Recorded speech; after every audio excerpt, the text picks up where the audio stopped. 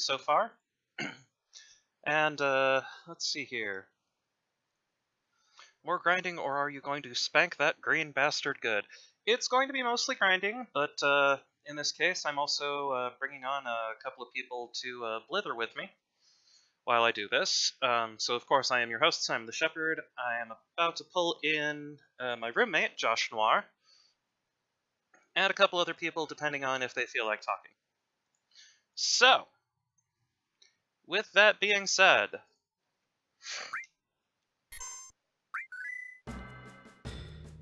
so I did manage to get,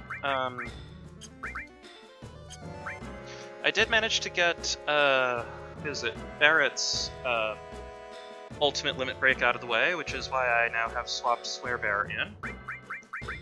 And he is... Ooh, grinding with a green bastard. Might also be fun. Who do I know who's green?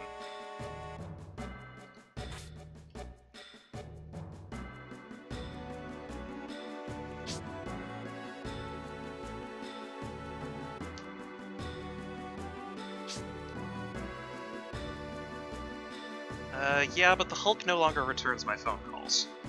So, you know. Let's see here.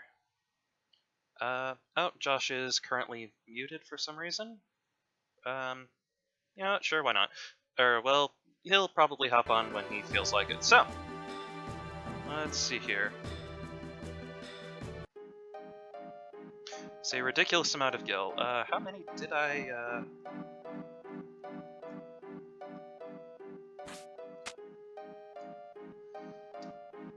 Oh. 2.5 million. Yeah, that is rather a lot of gil, isn't it? Whee! Now, this is going to be pretty repetitive. This is why I said bring along your favorite conversation topics, because, hey, we're just gonna kinda chat about whatever. While we deal with, several hours worth of tedium, I guess. Wow, I am really not selling this, am I?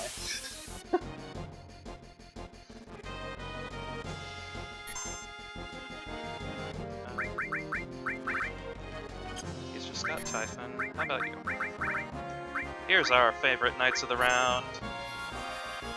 Turn Wutai into Akihabara.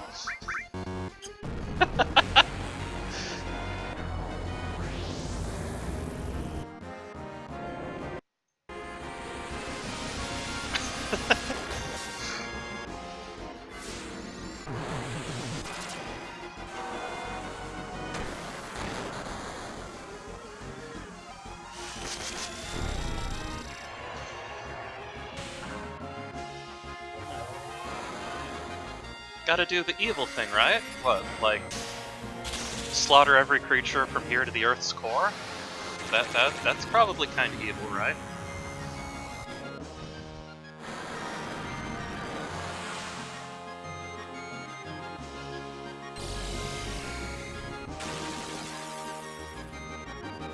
Although, admittedly, now I have a mental image of, like, Yuffie and a couple of her friends doing caramel dances, so I mean, you know, there's that.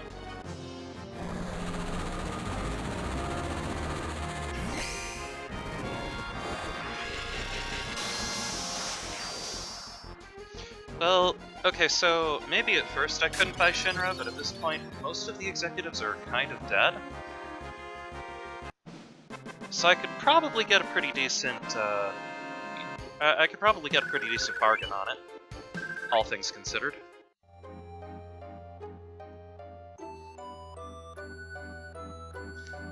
It's like, hey, so I am directly or indirectly responsible for most of your executives bleeding out.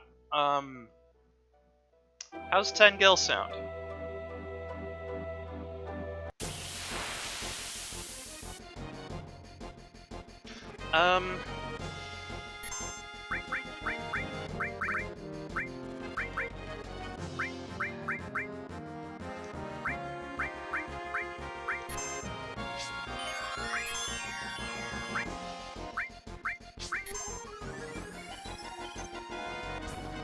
Let's see, who is dead at this point? Well,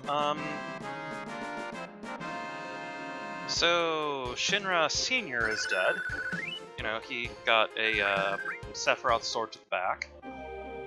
Shinra Jr. is presumed dead after taking a massive weapon blast to the face.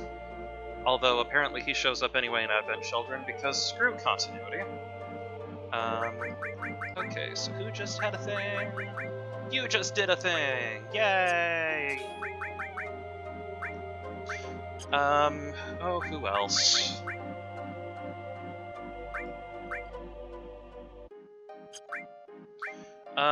Let's see. Reeve is alive. We know this because Ketchi hasn't stopped talking. And let's see. Hojo died when we went and raided Midgar. In fact, we had to kill him like 3 times because he just would not shut up.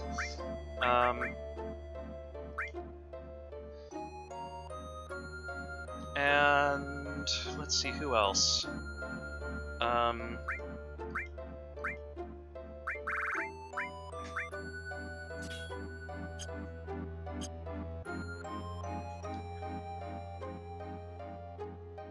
Oh yeah, Scarlet and Palmer blew up with the Proud Claude.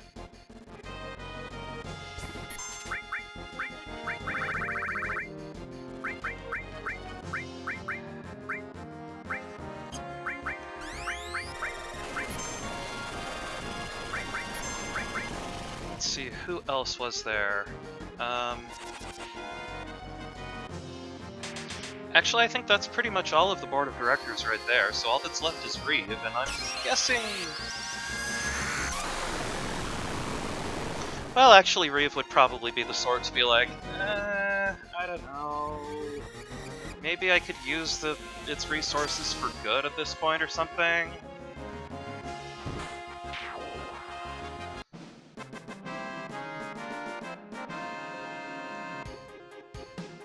So I suppose that no, I probably couldn't buy Shinra. It was a pity, really, because I mean... Maybe I want a Mako reactor.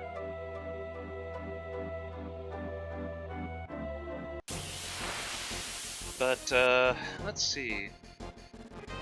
What's this? That is my headcanon.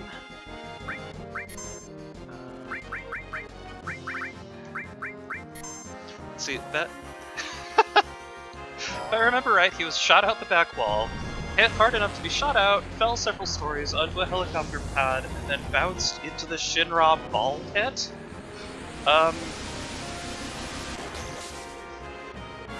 not sure Shinra has an official ball pit. And if they did, it would probably also somehow be killing the planet.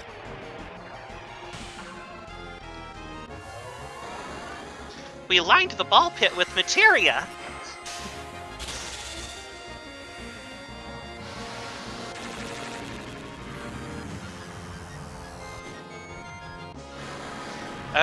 Actually, yeah, that's... I think that's my headcanon now, is that Shinra has a ball pit, and it is lined with materia, mostly.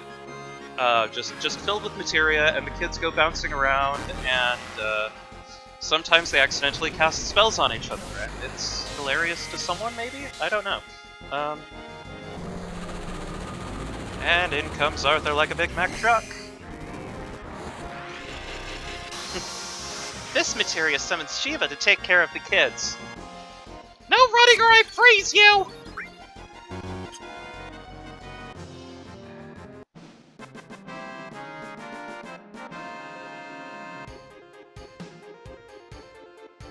Let's see, so is using materia consuming the life stream? I don't think it's necessarily that it necessarily consumes the life stream because it's already just kind of crystallized by itself.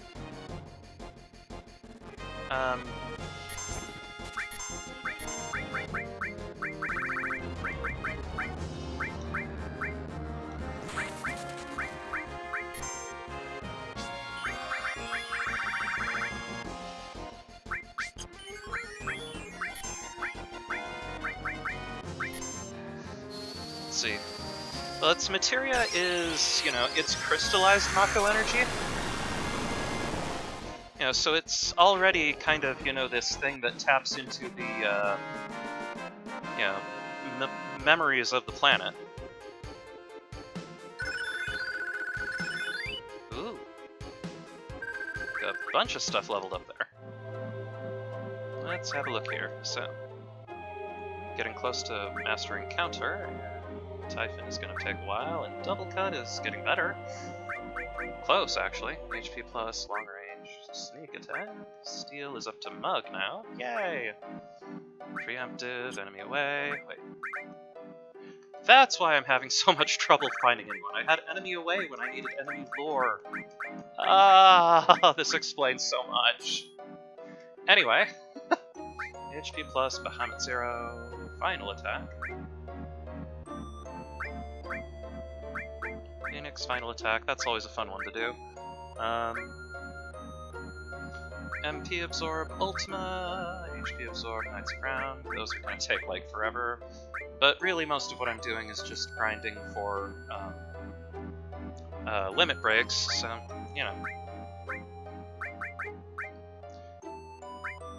Ooh, Neo Bahamut's getting close.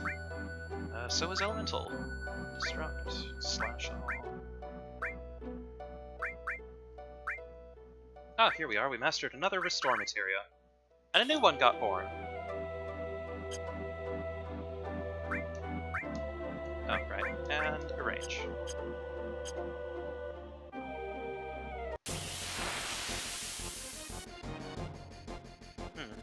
Materia isn't expended when used, which of course creates the problem of energy from nothing.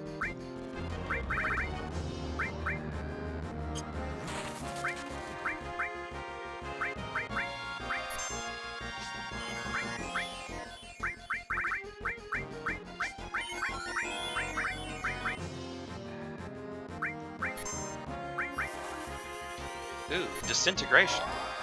Well, you are spending MP, so it is taking energy from you to power the spell, I think. Yeah. Oh hey! It's our old pal. It's our old pal Typhon from FF7.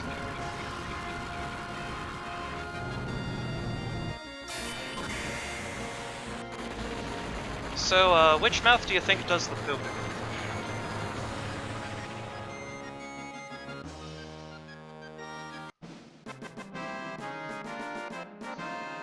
Probably not what you wanted to think about, huh?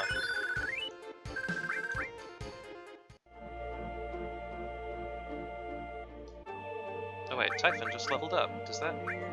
No, he's got a while yet. Okay. So anyway, it's, you're expending some kind of mental or caloric energy to cast the spell. It's just that the materia has the memories that allow you to actually access it.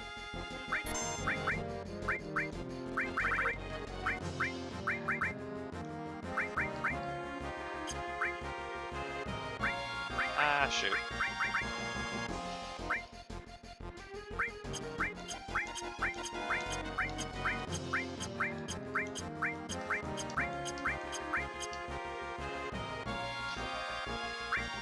And that's why I love the double item glitch.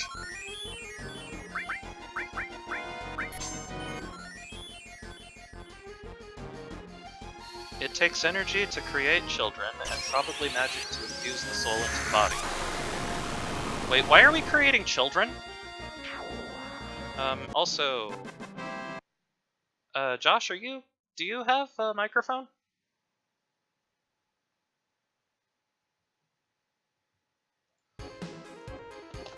Let's see. Why not create a reactor powered by the fire materia, boiling water, and burning turbines? Then, let's see. Then you just use MP to power cities and not, Souls of the Dead. Well, granted, I mean, technically you are still using the Souls of the Dead, it's just that it's, slightly more sustainable.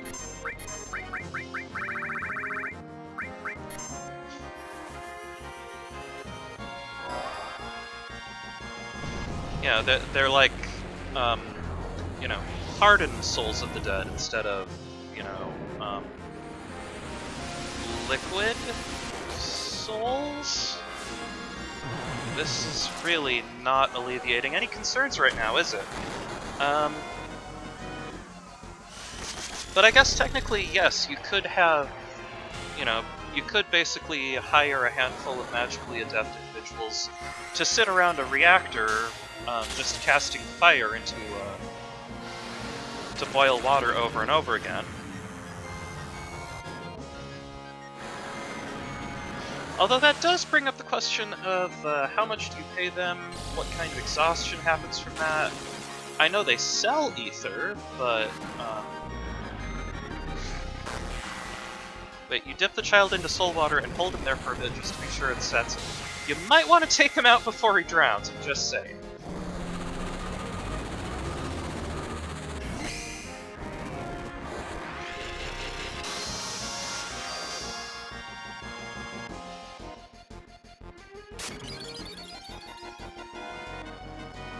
This is like the worst case of Mako poisoning ever for this religion. Ah. Anyway,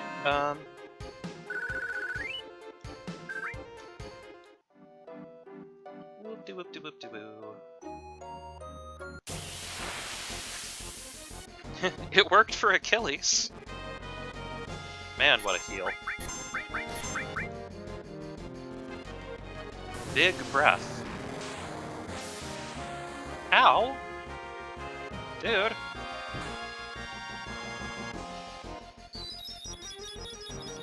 I have a conscience now!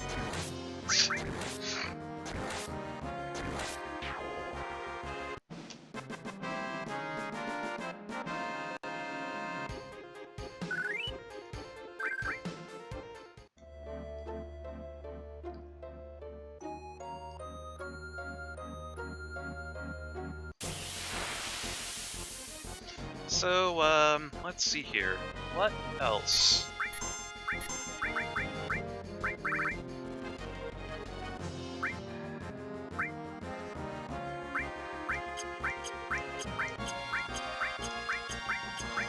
Yay for the double item glitch!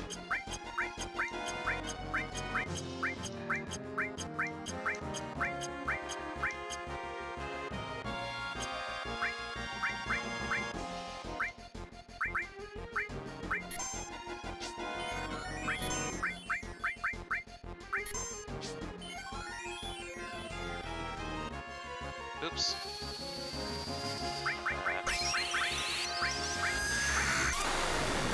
Someone seriously messed up the graphical interface because they're like, what if we just make this one not ever,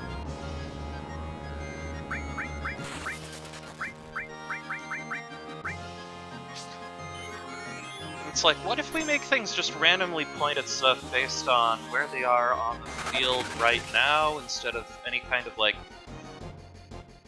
useful... Also, why haven't they gone geothermal? Actually, it's kind of hilarious. Apparently, in Advent Children and Dirge of Cerberus, it's revealed that they've gone on to, you know, in Advent Children, they have gone on to find the more environmentally responsible answer, which is coal and oil. I wish I were making that up.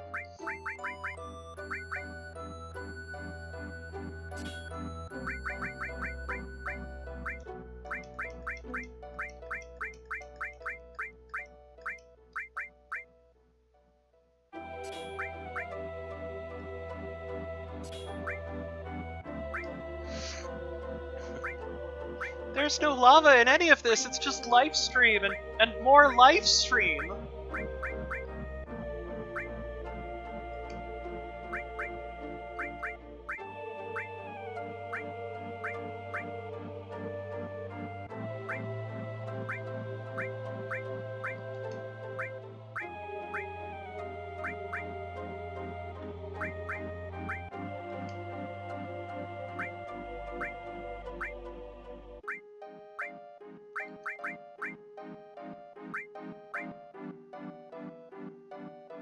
Oh no, well then you're just spewing carbon, not eating souls.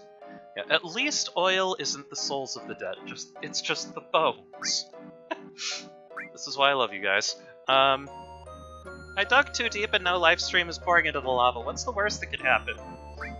Oh gosh, Mako infused granite?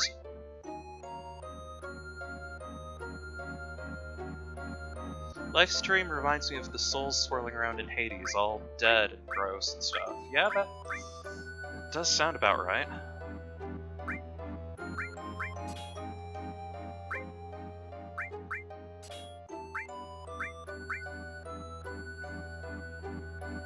Let's see, HP plus, long range. There.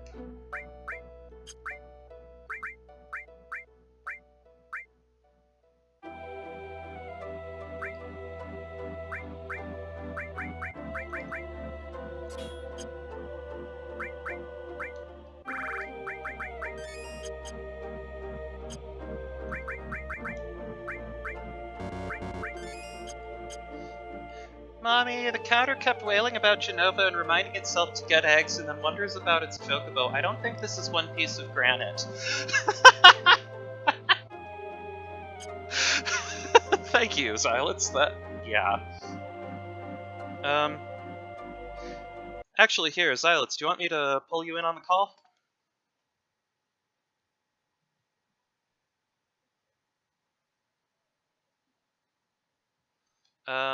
And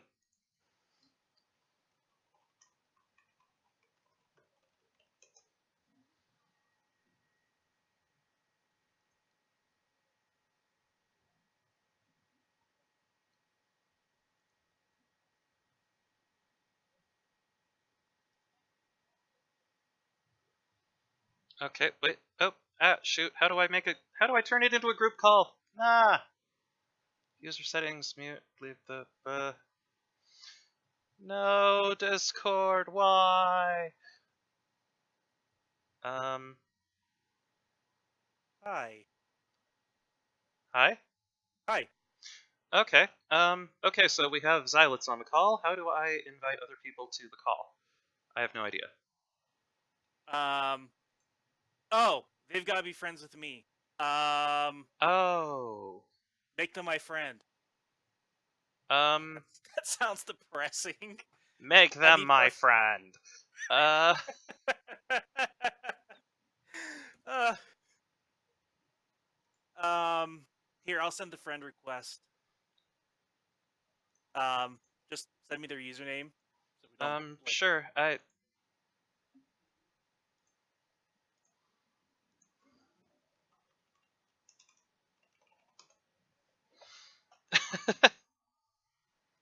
Really?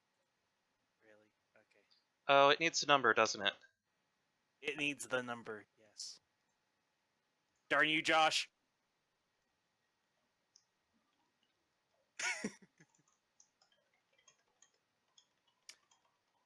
Oh, I haven't been on the other side of these in quite a while because when I used to stream, um, I had to deal with other people's lag or find something interesting to talk about. That was lag agnostic. But now I get to be funny and go, "Oh my gosh, that just happened." It turns out that Genova is actually just.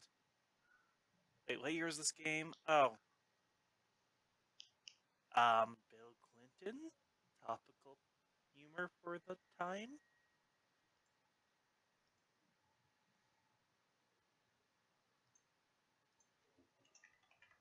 Blueprint, did I hurt your brain?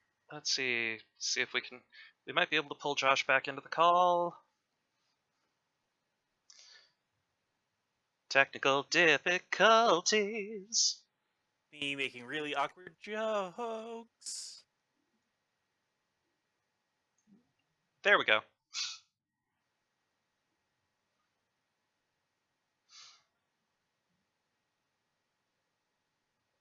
Come on, Josh.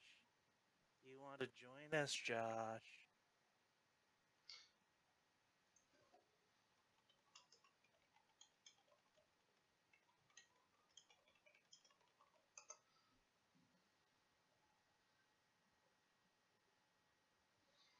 Should I have, like, Should I have just started a server and done a voice channel, maybe, No, or that wouldn't have worked either. okay, No, wait, that would have worked, but that would have been more work. Sorry. okay, that would have worked, but have been work. Yes. Yeah, and I don't want to make you do any work because you're making me Oh, laugh and you're making my, my depression add go away. friends to DM. Ooh. Create group DM. Hello. Oh my gosh, how did I not? Oh, hey, we have a I thing. was wrong. I was wrong. I was horribly Yay! wrong. Hey It's Ziggy, do you want in this Josh. too? It's me. Hey, turn up your mic sensitivity a bittle, or yes, a bittle. That is totally a standard unit of measurement, a bittle. Anyway, So, I'm gonna do my best to not be too off the wall. okay. Oh my gosh, we have another one.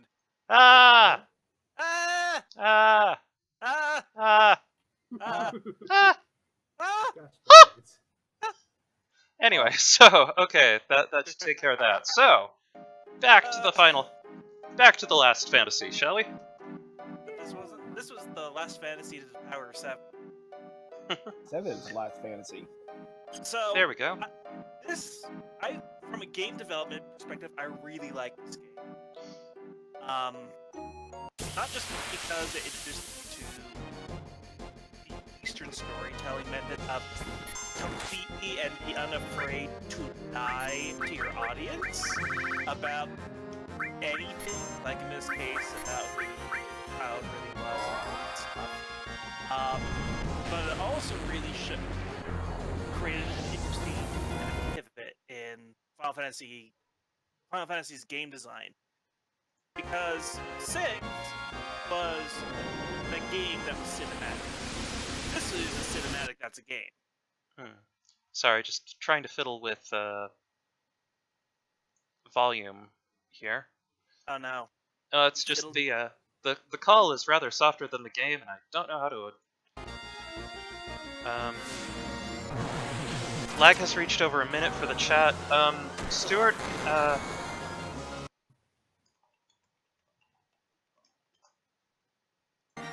anyway.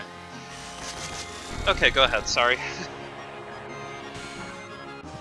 But anyway, Final Fantasy 7 is where it becomes, hey, let's take a movie that's got gameplay. Because there's a lot of this stuff that happens in really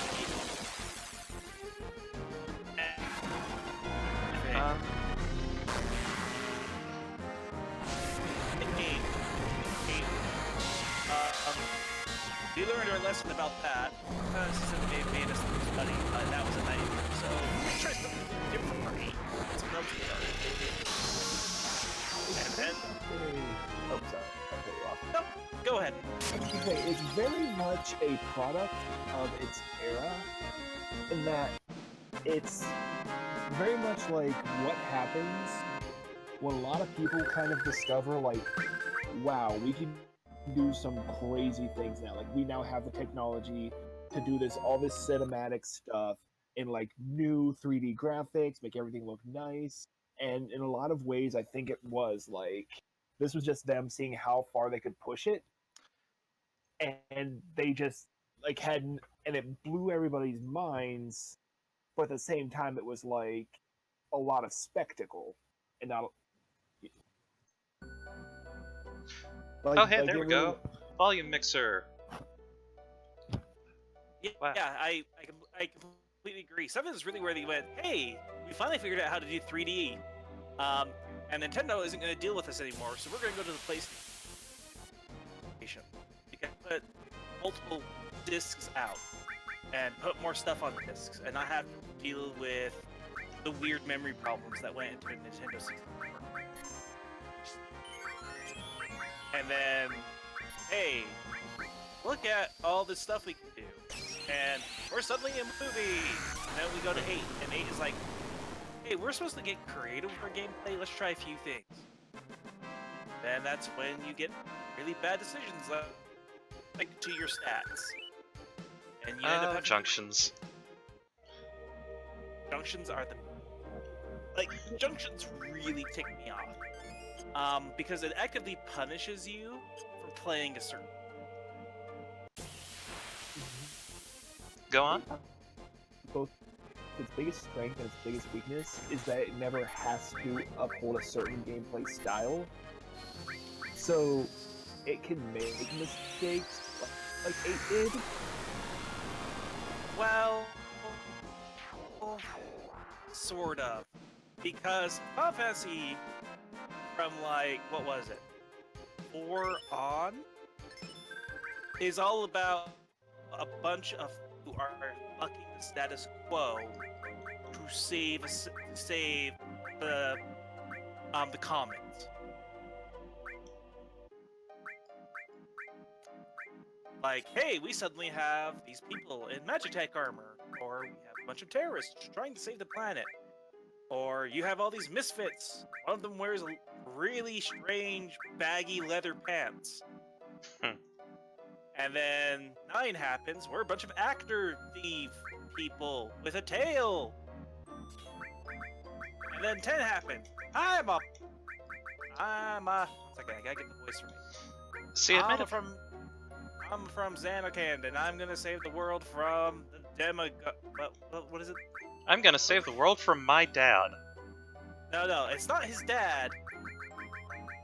I'm the star player of the Xanarkand AIDS. I'm the star player of the Xanarkand AIDS. He's... Ha ha ha ha ha. Ha ha ha ha ha ha. See, like, 10, I liked some of the mechanical design of it. I agree. I think there's something... Like, I love the sphere grid. Yes! Yes! It, And admittedly, I'm really bad with active time battles, especially those things where it's like, between you putting in the command and them actually making the attack, and the enemy suddenly goes, I'm in a counterattack stance now! Stupid. So,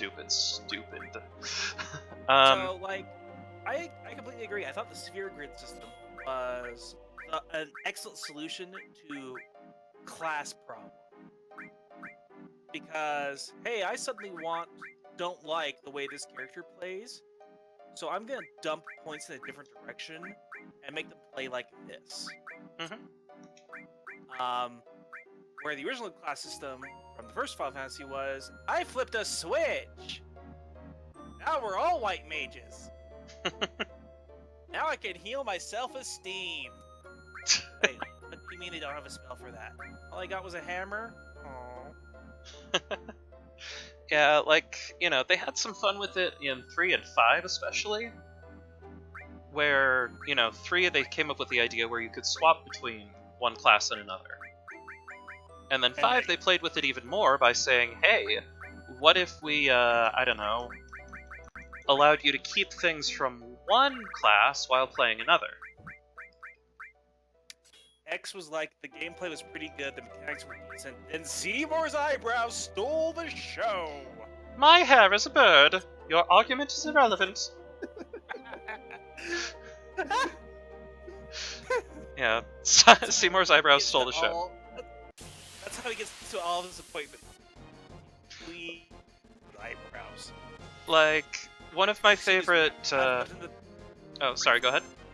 I have an appointment at Mount Ronso. I'll be back shortly, and then he just flutters his eyebrows really, really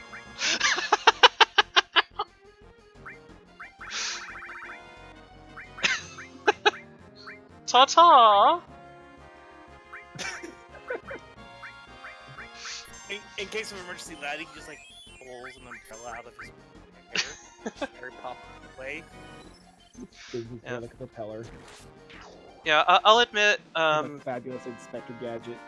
Yeah, it reminds me a bit of the old Legendary Frog cartoon, where it was someone playing Final Fantasy X, and it shows Seymour talking to Yuna, and he's just like, "Oh, Lady Yuna, I would be so honored if you would marry me, and then we can crush Spira like a grape."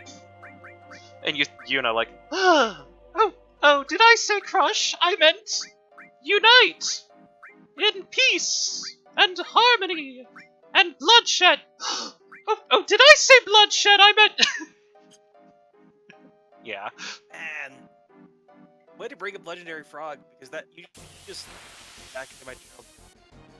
Yeah, gosh, I saw that cartoon, what, 15 years ago? Or Yuffie just like, if you bring me along, we can all steal your materia. What? Go on an adventure. We band together. I can steal your When you're materia. sleeping. Oops.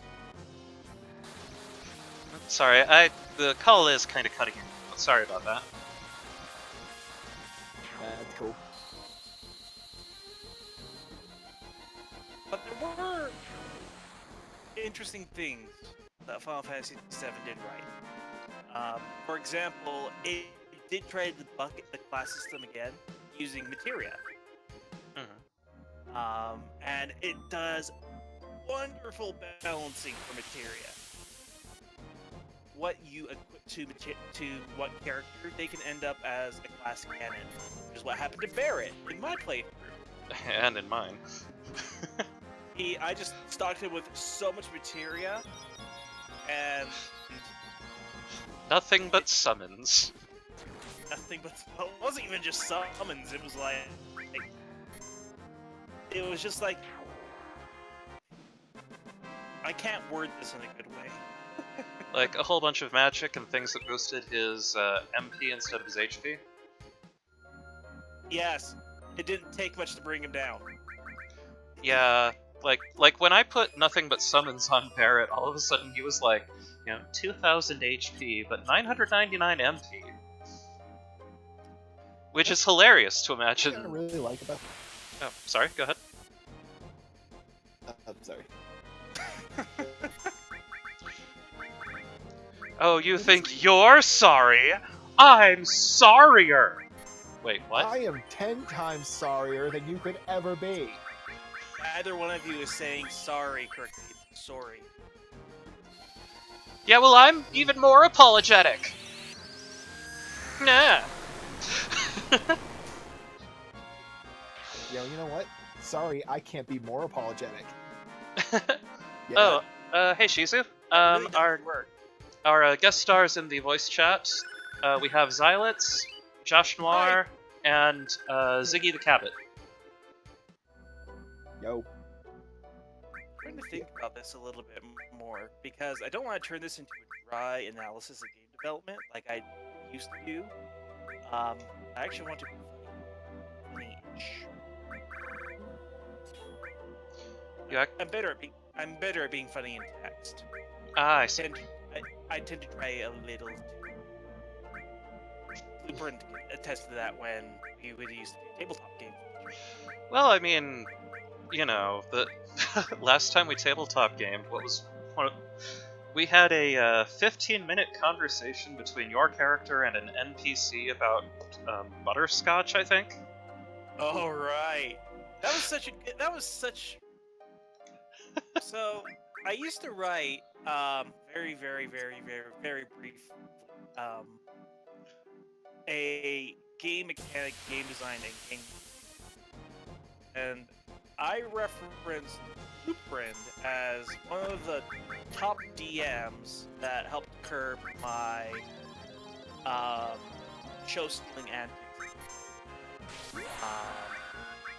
For example, in the same game that they were running, I was playing what's called a Glasswalker Coyote, which is basically a were-coyote that uses computers without being, corrupted by the night game. So, World of Darkness, And- Werewolf the Apocalypse, for Yes. those of you who are curious. So, my really bad habit was stealing the show. I still do it, but not nearly as bad, can I hope. And so in that game, everyone comes over to what passes for my apartment in that game session, and I was busy hacking something, and that thing happened to be a blimp. So while all the 3 other players are busy trying to recruit me, behind where my character's standing, they see this little advertising blimp slowly descend towards the ground and just kind of ineffectually crash and bounce against them. While, flashing company secrets on its billboard panel sides. Well, they managed to recruit me, and I happen to have the highest driving skill. Oh, So yes. they all pile into my Jeep, and we take off to the local canyon, and Blueprint says, get up to the entrance of this cave system, and it looks like the gate is shut and locked, padlocked. And I said, cool, I ram it. Oh, this story. So, like, all my friends look at me, but all Blueprint does is he just looks over his glasses at me, leans in, tenses his fingers and puts his elbows on the table and looks at me and goes, are you sure? I was Ooh. basically Gendo Ikari, if you want the mental image there. Yes, that needs to be drawn. Anyway, Lee. So, No. all he does is quirk his eyebrow, gestures for me, roll my dice. And I did not roll well at all. He wouldn't have anyway, because he didn't let me finish my full path. How fast were you going? And he said,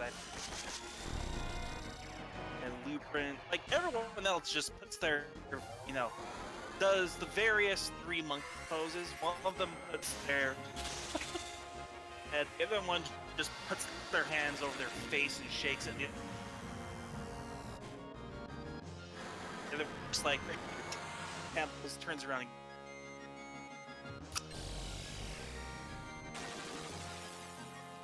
Blueprint is still doing. Look.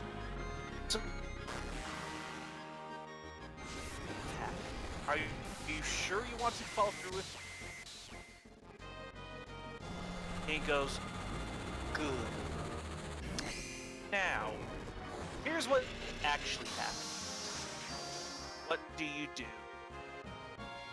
And that was the classiest reprimand I have ever had in my life. Because he could have done what other people would have done. Berated me, called me stupid, made fun of me.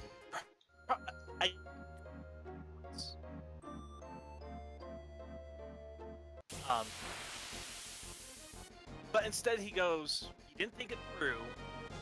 Other people's characters would have been killed along with yours. I'm gonna fiat this with blue. And Blueprint just taps his thumb, brings his hand down, taps his thumb, and the music plays. And he goes, that's what could have happened. And that's something I really, really like about Blueprint, is sometimes I'm not an asshole. Well, it's not that you're not a jerk. It's that you need to be classy. You are a classy. Very kind of you. You really are a classy fella. No, there was him got into a talk about notebooks in the tent. See, did you invite us all just so we could all sit around the big circle and tell you how great you are? No, that was completely. I mean, that's a lovely side You effect. can totally do that. I mean, yeah, that's a lovely side effect of inviting you all into the chat, but let's see here. Okay, what else do we? Yeah, let's work on making another full cure. Sure, why not? Yay!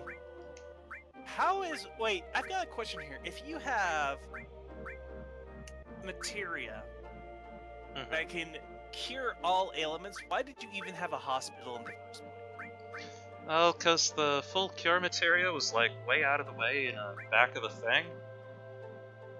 Back of a van? Yeah, I'd be sketchy too. You're telling me that this thing will cure cancer, and it's in the back of your van? Yeah. This guy are sick.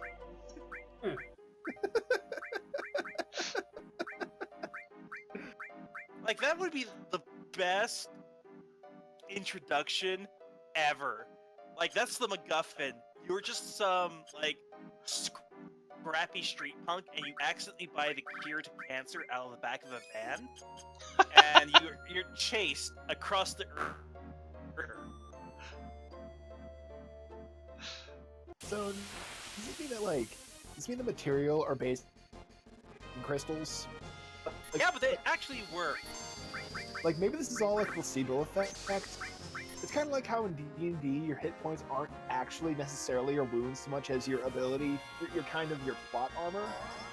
So it's not so much that the material is actually doing anything. It's just that you guys believe it so hard that you're just standing on you're staying on your feet in the middle of combat.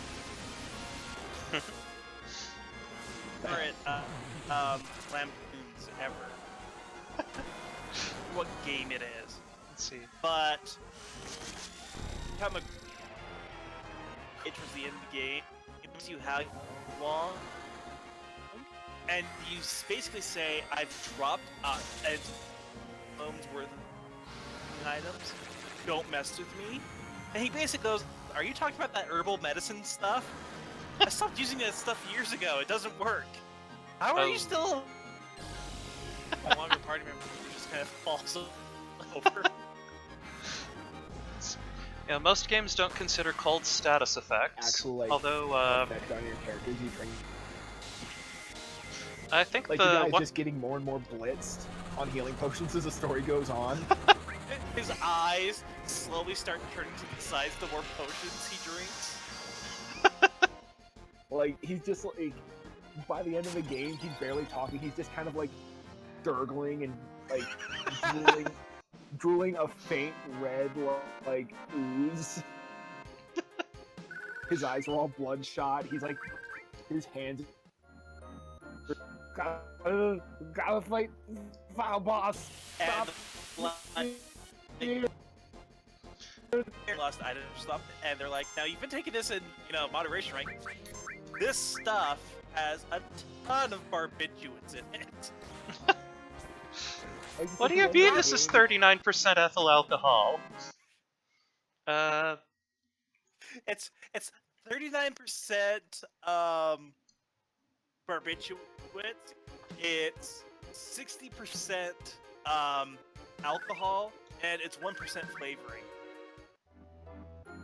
Like Well, where's the magic in that? The magic? Oh, you'll feel it. Okay, at the very end of the game, it's like, how do we save the world from all the damage this war has done? And then your guy finally pukes. No, and then no. and then just flowers start blooming under you. He doesn't puke. He doesn't puke. He just kind of tilts his head back and starts foaming. He just starts foaming at the mouth. Okay, I just added Deep to the call. Let's hope things don't break up too bad. Testing. Okay, we have Deep. Hey! Yeah, you getting high on potions. I actually saw a joke on that using Final Fantasy X2. It's like, sorry, I've been acting like a tit. This musical lifestyle has been really hard on me. You've been a pop star since like 10 o'clock this morning. Yeah, but you know how it is, the lifestyle, the drugs. the drugs, mostly healing potions. I've had 3 potions in an ether. I'm blazing. Now this actually raises an interesting point, or an interesting question that I like to think about once in a while. What do you think a healing potion tastes like? Well, if you go by the D&D Dungeon Master's Guide, apparently potions taste like, Cure Light Wounds potions taste like almonds, according to the 3.5 edition DM's Guide. I hope you're not allergic to nuts. They contain nuts. Oh Damn no it. no. It turns out it's actually cyanide. We're all doomed. That's actually funny because cyanide used to be used as medicine quite a bit. I believe it was used for mercury poisoning at one point. That's ironic. Didn't back when you were doing Final Fantasy 9, didn't I joke about actually just making you so high you think you can do magic? So Lulu and Vivi are just extreme addicts. Oh yeah, because it's like ether. Wait a minute, are they just like huffing the whole time? Is he?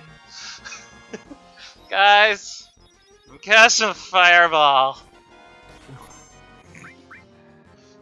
Hey man, I ain't got a problem. I'm a wizard. So now I'm thinking about like balancing mechanics for heal spam. Guys, Yeah? you're not alone. What? If I ever get my D&D off the ground, I'm gonna have to use some of this material. Now I'm thinking about like balancing mechanics for heal spam because that would be an interesting thing to roleplay. It wouldn't be fun to roleplay per se because you'd get players like me that would gloss over it. But that would be interesting to roleplay or have items from like you start having body aches because you're starting to withdraw from the healing properties of the potion. That sounds like drug dependency from Fallout. And then, like, depending on how bad your dependency is, you start having serious side effects. Like, you start having hallucinations, and then it turns out that this is all just a really big MacGuffin at some point. Because no one's really ever done anything with healing that are really big. A few games have tried. One of my favorite examples was a healing item was made from a certain species of animal, and they had gotten to the point where that animal was going extinct. And it turned out that it was actually causing more damage to your body than what you were getting out of it. So it keep you going for a while, but once your body's like processing what you consume, you were like developing tumors and stuff. That doesn't sound. I feel like this would be like a fun thing to add to like a fate game, as like one of these, like, I forget what it's called, the complications you get when you take damage. It's like, oh yeah, you know, you chug a potion, you get back on your feet, you're feeling pretty good about yourself. By the way, add this complication that right now your character is high as a kite. Yeah, you a card with written on it. Careful, around. language. Well, you heard me. I believe your habit I have. Mike's right point. So The K. yeah, and my bro just dropped the bomb. Take a healing potion, and now you're wondering why there's all these braid. Don't worry, I'll just. Oh darn it! I did it again. I made.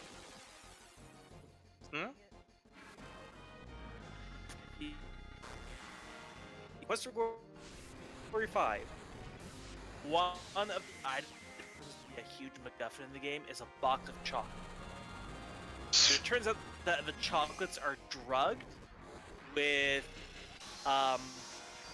this really powerful soporific that puts you into a coma, and someone's been poisoning all the magic users in the land with this chocolate.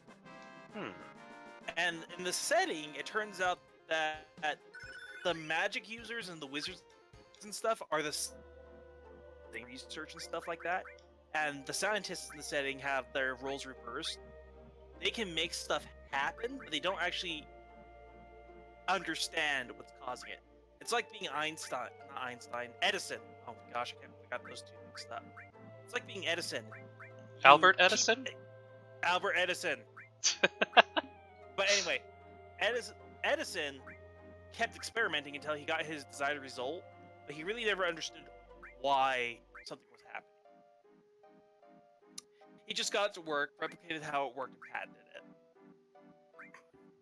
So all these scientists in this game are drugging the wizards because they consider the wizards to be committing crimes against reality. Even though it's firmly established that in reality, magic is real and it actually happened. Okay. An example of this insanity is in the previous game, Quest for Glory 4, you get a spell from a scientist, and the scientist, he goes, this crazy quack comes in to get some help, and he drops off this scroll and claims it's a magic spell. And of course your character, who's a magic user and they take that class, says, I want that scroll, because he knows better. So he reads it, and in the game, it's engraved. He goes, see, it wasn't even a good piece of paper.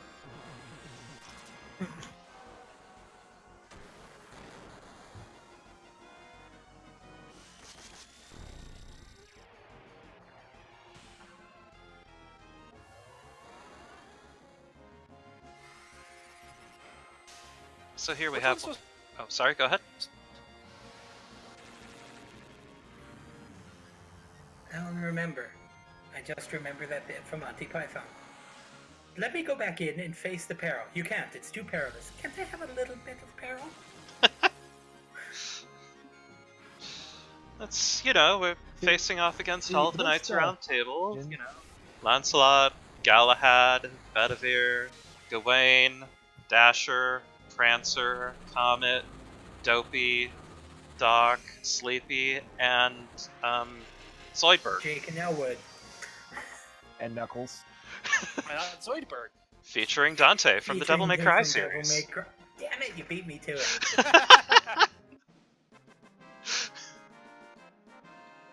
Trails Black Knight, Benny Mussolini, Anna Blumini, and Cowboy Curse and John the Genie. Jesus Christ. Darth Vader, Oh dear. Stop. They give you stop! And a partridge in a pear tree. Ah!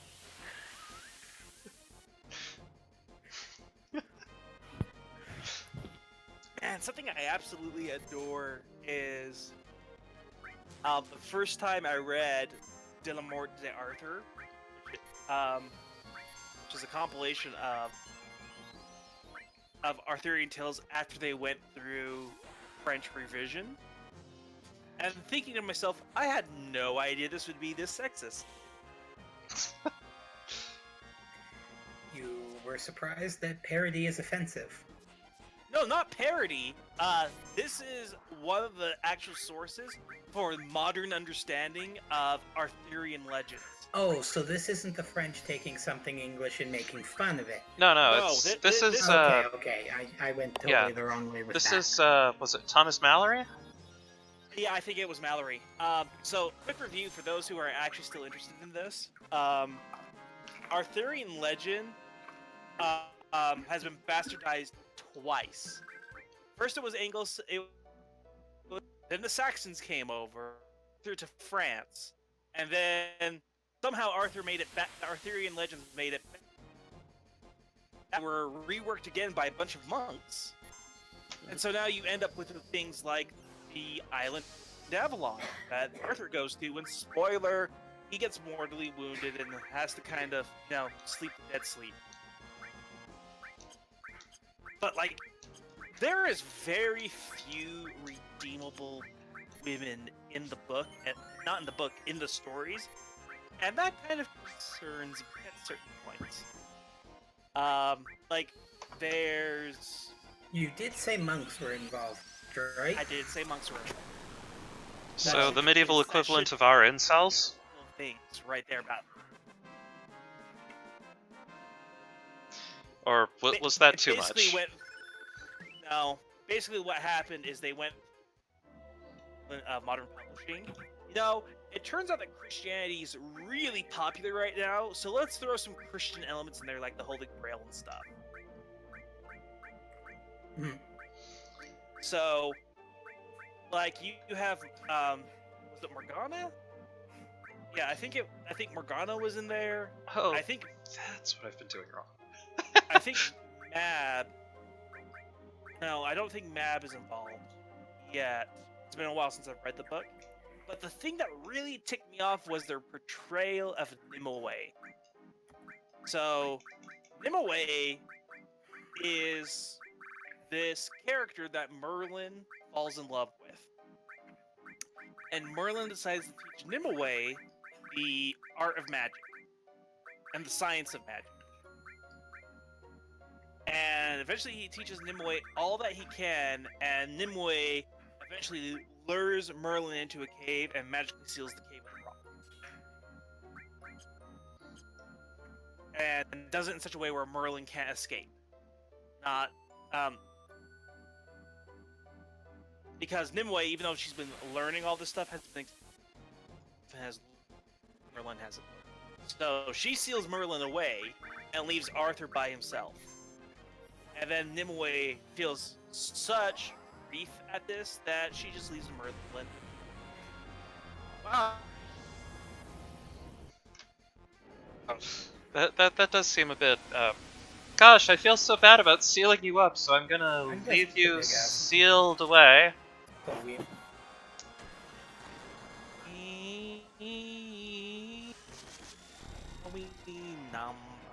Away.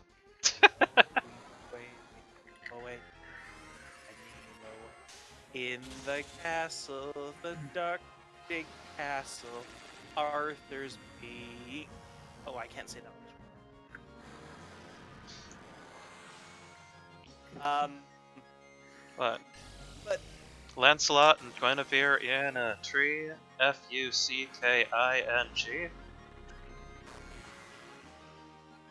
That Arthur or tells Arthur. first comes love, then comes adultery, then comes Arthur going, "What the heck?" Well, How could you- it's interesting that the Arthur legends don't stop with Arthur, because after Arthur is buried on Avalon for his to sleep until he's needed again, Lancelot, who basically are his wife and who've been sleeping behind Arthur's back, they basically look at each other and go, "We've seriously messed up. Let's go away now." So they go their separate ways. Nimue goes to a nunnery, and Lancelot goes and joins a monastery.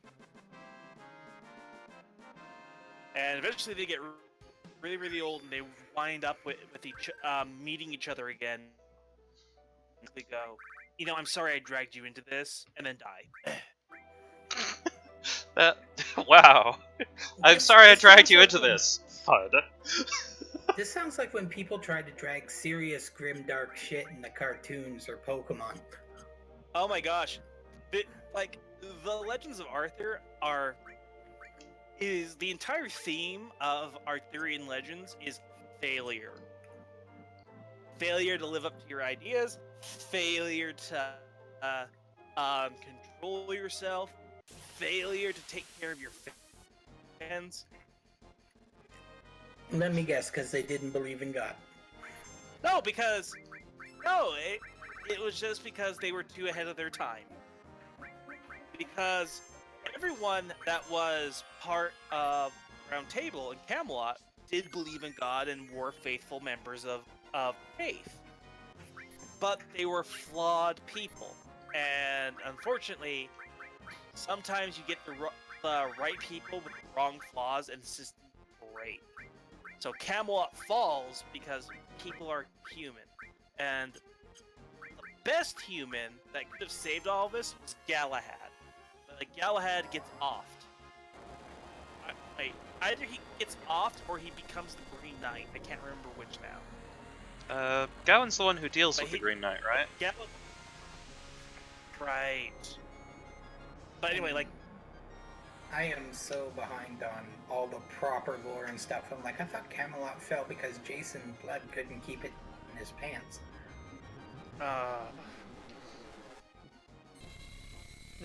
Camelot fell because it was a silly place that they didn't want to go to. That is. It was really easy to make Camelot fall. After all, it was only a model.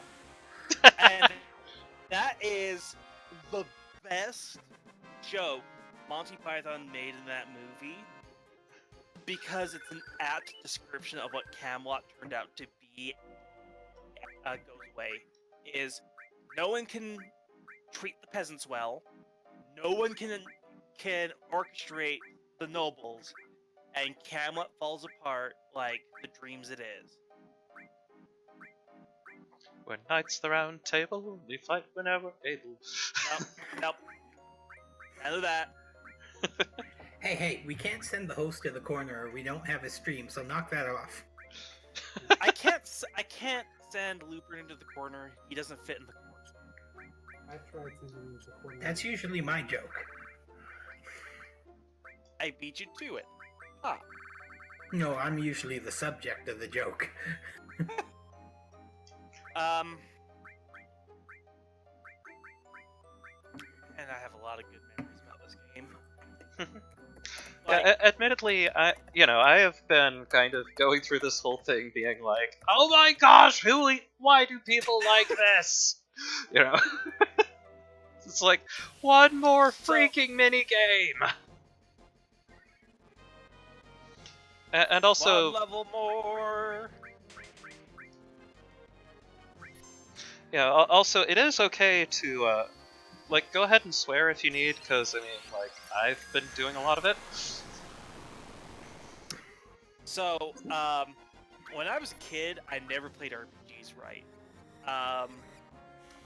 And I thought that, I didn't understand why you were fighting monsters when there was a story to be told.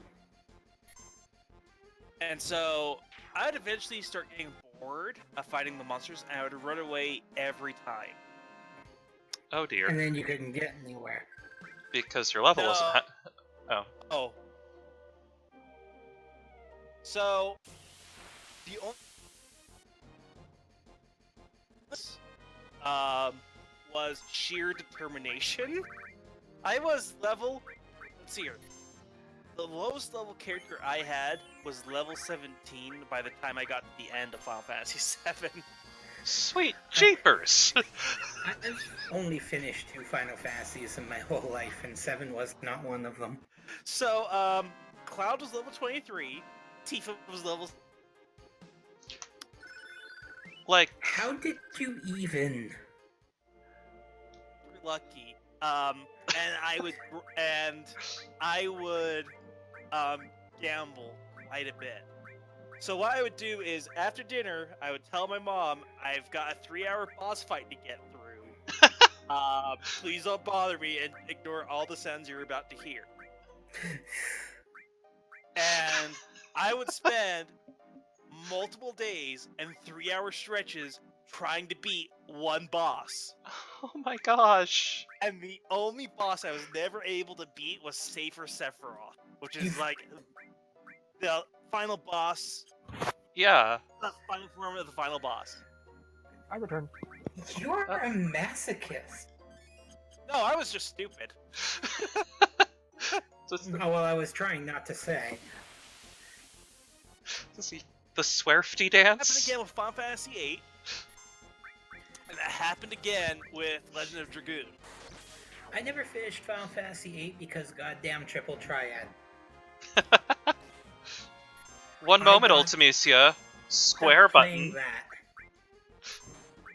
See, Triple So- Triad should have just been the alternate way to, like, Defeat fix it. enemies. any problem. Yeah, like, you should have been able to challenge the final boss in Triple Triad. Damn it. And just leaves. Ultimecia just She like... rage quits reality. Just, I'm not gonna vanish, lose to some seed. just like vanishes, and you just see player Ultimecia has left the server. Send her to the frickin' Shadow Realm. We do not battle. We will settle this with cards. On motorbikes. Even better, an even better idea is she just looks at the playmat, looks up at you, looks down, goes, "This doesn't compute," and just pretzelfies and gets lost in time stream. Well, we're gonna have to undo time compression on our own now. And then you like see, and then you see like not Quist, Keistus? Selfie. Selfie looks over. You mean like on this computer right here? And it pans over and it's this big 1990s computer. You want to stop now? Yes. Enter. Just Y or N. Y. It's not even Y or N. It's press the N key. And Selfie's like, okay, and she just drops both hands on the keyboard and pushes all the keys and crashes the program. Hey guys, Just look what like- I did! The environment around you blue screens. No, the environment around you just stops. Like, animation just stops. And Well, see, everyone's stuck in T-poses. But see, I was thinking it'd be like that one scene where like everyone's running through the white void, and it's like all that stuff, except you're running past like the Windows blue screen. No, you see, that's too on the nose for the joke. What you do is you put everyone in a T-pose instead. And they just, like, slide across the screen. Like wobbling slightly side to side to make it look like they're walking. Damn it, Selfie. And then, like, then you have walking across the desert. When he gets to the cliff and looks start screen for Final Fantasy VIII, and it just fades to black. Which is as comprehensible ending to as a comprehensible game.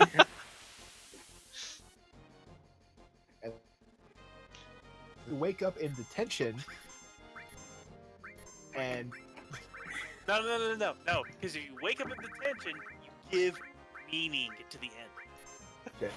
You just want the ending to be like, I played 80 hours of this game and I just went back to the start screen. Oh gosh, Oh, I see what they did there. like No, everything goes I just- everything goes wonky, and then all of I a just sudden, played an 80-hour game and mention. I wound up in the nurse's office. I'm never eating the cafeteria hot dogs again. well, see, here's what I was thinking. The punchline would be you look up and like Thank you for getting that. you look So- up and like it's just like puts like a sheet of paper in front of you and just like, I want you to write, I will not play card games in class 500 times. Bringing it back to the start. the other thought, of course, being, like the end of it, and all of a sudden it cuts to, Cloud snorfing awake, like, in bed with Renoa. It's like, dude, Renoa, I just had, like, the weirdest dream. And then Selfie just pops up out of nowhere.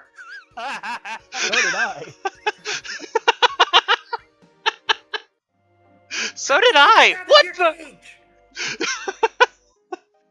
And then it's just like all the rest of the characters just like stumbling in from various, from different directions in various states of undress. Like, wow, you had that dream too? What the crap?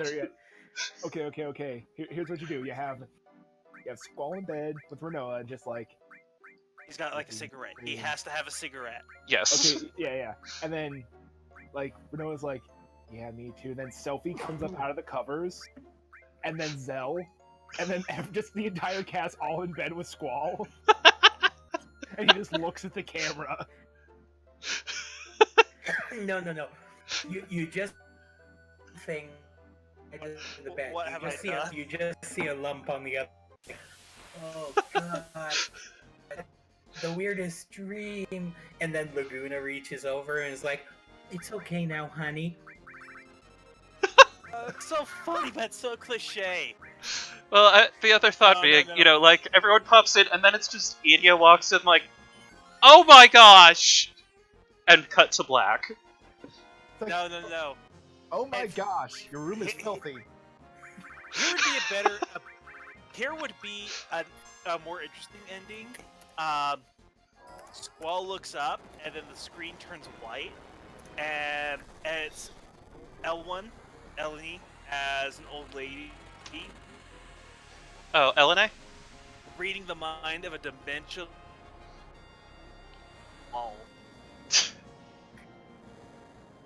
The Saint House. Where- down Terrible status effect for your pen and paper games. All the characters share a mind for the encounter and have to figure out how to move which body to attack. It's a dementia. Since you've been hit with hive mind status. One of his kids. And it turns out one of them's right, and he goes, about the Ragnarok, did it really just come out of nowhere like that? Sounds like a Deus Ex Machina, man. And I mean, then the that's game why it's... ends. shut your mouth, you little whippersnapper. Whatever. I don't know, the Ragnarok sounds like a Deus Ex Machina, and old squad just... Whatever. That was a threat that my boss gave, that my boss at a place I used to work at gave my roommate. I forget over what, but it was basically just, I got one more fight left in me. I've got one more fight left in me, and this isn't it. That's how you make it sound badass. It was probably over something really stupid too, like they cooked an extra of something. Yikes. The dreaded cooking an extra of something. Well, that kind of stuff really would annoy the hell out of the boss, which of course he would just take it for himself whenever that happened, so that none of the employees could get it. Right. But as it says in the Bible, woe unto ye, Pharisees, hypocrites, cooking of an extra of something. I'm sure that's in one of the books. I may have cut and pasted my Bible. We cut out during half of that, so apparently Bible verses are some kind of horrific. I just had to blank it out. Just well, so according, oh, sorry. Go ahead. just according to the Bible. Speaking of holy books, one of my favorite role-playing stories I have read involved this guy who was who had the true believer. Now, if you're a true believer, you believe in something so hard, supernatural. Like, vampires get that creepy vibe several, feet away, and when they get too close to you, they start burning. So this guy, decided and wrote up a very extensive backstory where this guy had been shopping faiths, basically. And he decided that each faith had a little bit of truth in them. Uh-oh. And it turned out that mechanically he could, for the longest time, bullcrap his abilities. Up to and including taking a loaf of sacrament bread from an LDS church house and whacking a vampire in the side of the head, treating it like a sap. Heh. Well, it turns out that this guy gets captured and starts getting quizzed. philosophical debate with the DM that only lasts for about 10 minutes. Because the DM eventually asks, so how do you explain all of the inconsistencies between fates without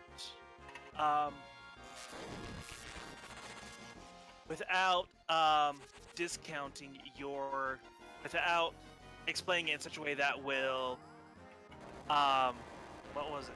Discount truth or something like that. So basically, he had to explain his belief system. His grand unification theory of all these faiths? Without doing something that would inadvertently invalidate his faith. Oh, this is the old screwing with the paladin bit in a way. Oh, it gets even better. So this character at this point is very, very, has lots of dots in the character sheet. So there's certain inherent dangers that the DM has let the player know about.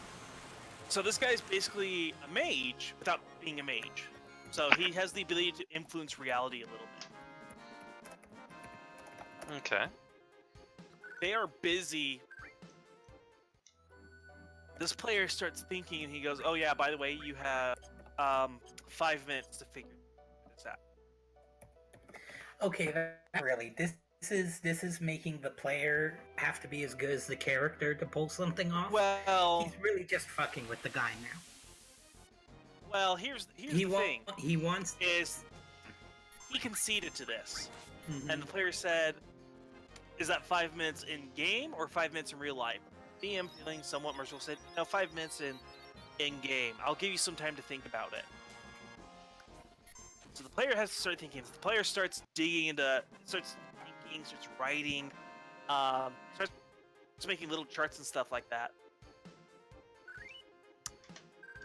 And so the player eventually comes back next game session with this pile and pile of pages, looks at the DM, he goes, "I can't solve this problem. My character is down to his last mental health dot, basically."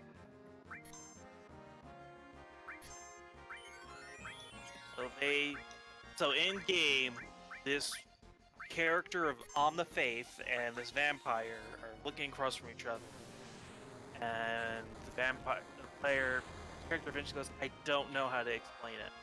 All I know is that there's a lot of truth in here and there's a lot of falsehoods, and I don't know how I can reconcile them."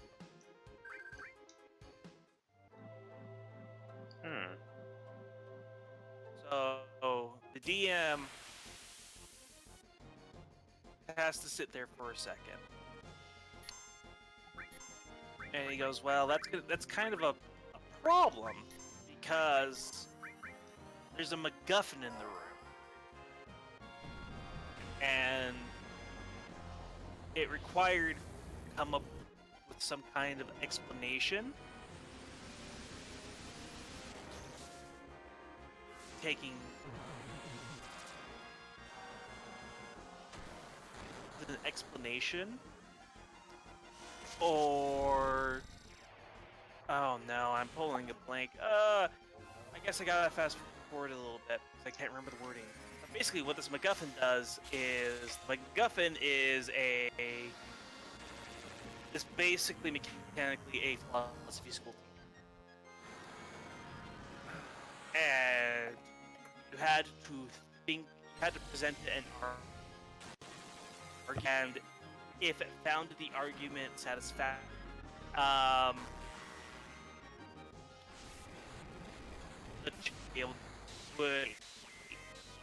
if not, then the challengee I would be able to escape. Okay. So what happens is the player goes, "I don't know how to explain it. All I know is that it's true for me, and I've seen empirical results. And I don't know how you can have empirical results if it's not real. But how can it be real when it's all?" So the DM thinks to himself for a second. He goes, "Is that your final answer?" Dun dun dun dun dun dun dun dun. Wait. And the player says, "Yes, that is my final answer. I can't have an answer." So the DM has to excuse himself.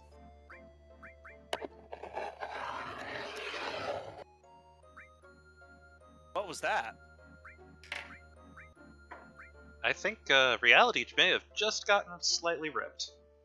Yeah. Slightly. Is somebody cutting I don't something? know. That was me scraping some crap off my computer, but that Ah. shouldn't have been so easy to hear because my mic is in front of my mouth. Anyway, I remember this story right. What happens to the DM returns and he goes, "So there is a third." According to the splat I have, is if you come up with a solution that does where you don't really take a stance, you're punished and you have to roll. The player goes, "That's not fair." And the DM goes, "I know, but that's how this online splat goes." So the player goes, "Fine, I'll roll. What do I have to roll?" "Well, you're gonna roll this D20 for effect, and then roll this D6 for damage, and then we'll make modifiers from there depending on what happens." So of course he rolls the effect where it impacts his mentality stat, and he rolls 6. Uh-oh. Now, this means the guy is technically at -5 dots. They were playing in a weird way where you could have negative dots. Like, you could Okay. be insane, but different levels of functionally insane. Like, you could have depression, but still function in reality. Okay. So, the DM counts this as critical damage, makes a big show, and he goes, "Oh, I gotta go check this failure book that I have." He has to walk into another room to read a book. I think he's going into the other room to rub his hands together and giggle. No, he comes back with his PDF of roll tables. So they all watch this DM roll a couple of dice and goes, "And that's the end of the game." Whoops. The whole dang game? The whole dang game. One person does something wrong and the world ends. Yes. Ooh. Here's what happened. Like I said, the guy was pretty close to being a mage, and in Mage the Ascension, you're basically believe it will work kind of character. But you have to be careful how you mask it, or else reality will snap back. But if you get strong enough, you can at least impose your will on the reality more. Well, this guy is now so crazy that he becomes a full mage as the effect of losing all of his mental health.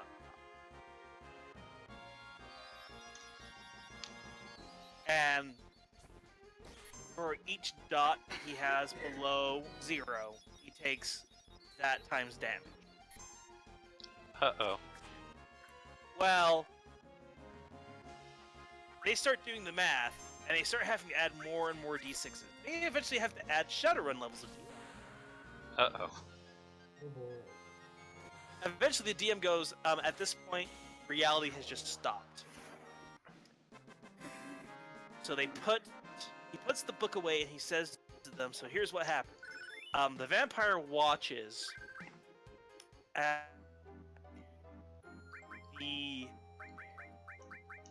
his opponent's eyes just kind of glaze over, and he looks up at the sky and he goes, but it can be true and false at the same time. 1 can equal 0. That's what I believe." Oops. everything reality, the quantum state of reality superimposes to one state. He divided by 0, didn't he? No, he defined 1 as 0, and vice versa. Which is basically the same result. Well, 1 over 0 is undefined, Yes. but 1 equals 0 is defined. It means 1 is nothing. And therefore everything is nothing. It was like, it still breaks reality. Yes! He describes it as the vampire becoming of being sucked through a tiny straw. It goes, God is very unhappy with you guys right now.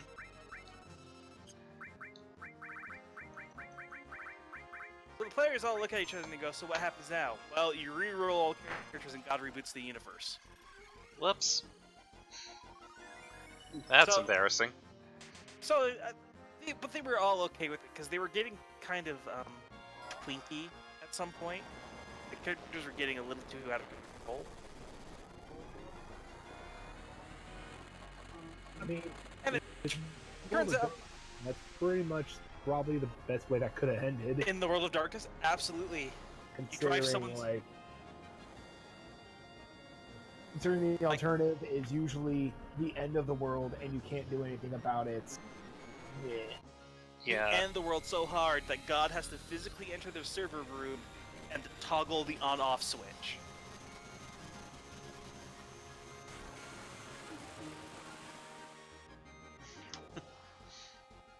Is this why the old world of darkness ended? The bastard. Thank you, Stuart. So twinking in roll is not the equivalent of god moding. To twink something means to adjust your skill set for the most optimal effect for a certain thing. It's not quite like min-maxing, but it's enough to really irritate people. Crippling over specialization. Exactly. Okay. So, say if someone says, "Oops, I twinked in sniping," it means that the character is just geared to snipe and do nothing else. Mhm. Or I twinked in computer hacking. All I can do is hack computers. I can't even hold a gun. I twinked at twinking. Wait, what does that mean? Hi. I Sorry. twinked at twinking. I'm just that good. Let's. but- Anyway. A lot of game systems have balances in place, so that if that kind of thing doesn't happen,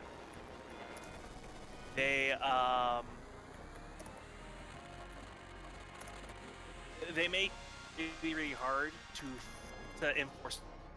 You're not putting all of your points in one thing. You have to put certain points in one thing, certain points in another thing, so on and so forth. Okay. It's the reason why some people really don't like Fate, is because Fate and games like Savage Worlds and the World of Darkness have systems in place to prevent you from. And these are usually, points. Have X amount of points, or something. Depending on what you want to do, all you can do is put those points in that system. Okay. So, if you want to become a twink, you have to work to become a twink. And at that point, you're usually well trained on how to balance your character. Okay. So, you specialize, but you're not over specialized. Okay. Because I tend to specialize, but I don't like cripple myself. And when I do that, Now, I do Well- the opposite. I mean, Josh, you're already in a wheelchair. We don't really. We don't want you further crippled. Dude. I mean, Did you really just? if I did. You just. I actually like those jokes. a lot. Really? He's pretty good natured about it. I make them half the time. But anyway, I do the opposite. I want to put as many points in as many different things as possible, so I'm a jack of all trades but a master of none. Mm-hmm. And this is a behavior I've had ever since I was a kid. So, what ended up happening is I'd end up with very flexible but very weak characters. Mm-hmm. Like, Errol's. Oh gosh. Where Errol's was good at a lot of different combat things, up to and including throw anything. Where I literally picked someone up through the hood and they kept on Wasn't the Errol's wall. the one who turned into the flying Cuisinart? I'm sorry, I missed that. Wasn't Errol's the one who turned into the flying blender? Yes! Yes! So, what ended up happening is he had cleave and greater cleave, and I was so bad at interpreting the rules, that whenever I would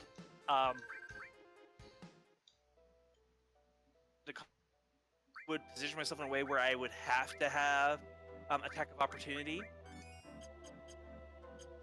and I took feats that increased the dice range for critical damage. Okay, this all sounds pretty typical for now. Well, the game manual never specified that greater cleave replaced. A greater cleave placed what? The manual doesn't say that greater cleave replaces cleave. Okay. I was that kind of player. I am glad I'm a little out of that habit. I never So- had an experience where I could play up that kind of thing. So what would happen is Arrows would have his accent ready, and whenever someone would impose attack of opportunity, I would roll, and my dice range was always pull a critical hit. He slices, he dices, he even makes julienne fries. Oh no! So you know how in Homestuck you have that image of John Egbert with the Nope, logo? don't read Homestuck. Oh. Okay, so I'll make this quick. In Homestuck, there's a weapon where it's the combination between a hammer and a pogo stick ride thing, and it allows you to bounce between enemies really quickly. That's what Errol's did. Think Batman Arkham Asylum. He would bounce from one creature, critically hit them, move to the next creature, move to the next creature, over and over and over. So he would chain in one direction, and then using cleave, he would chain in the other direction. That's ridiculous. It was so awesome. Like seriously, flying Cuisinart. I don't ever think I had to deal with getting caked in blood. I like to think that Arrows was so good that he would just come out like pristine. He just stands there, his clothes are fine, he smiles, there's a little ping sound as his teeth sparkle. Yes. I keep hearing a pop.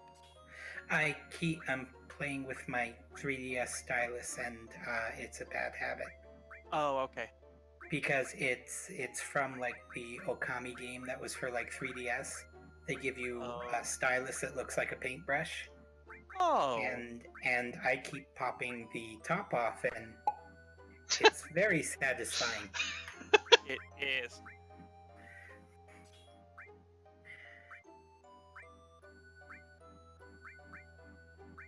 Oh, yay! I got something done. Nice. Ooh, what? Wait, productivity? On my stream? Like, than you think. But no, How someone just dare you? sent me some art. Oh, cool. It's been about 6 months in the making. It looked great. Ooh, 6 months. Wow, 6 months. That. I hope it Well- looks good. Well, their life has been really rocky. But Okay.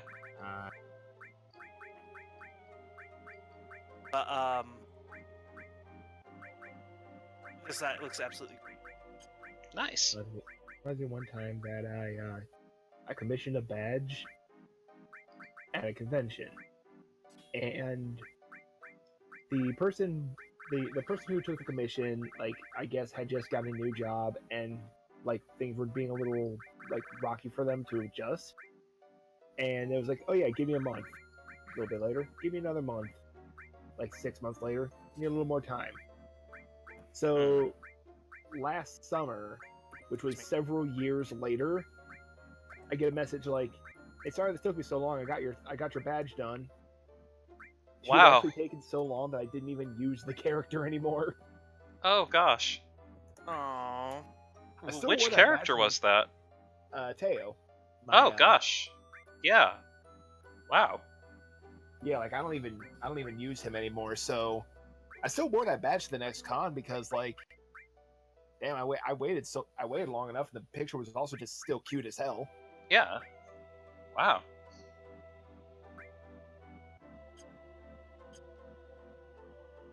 Like after a while, I kind of just gave up keeping in contact. It's like, it was $10. I'm never gonna.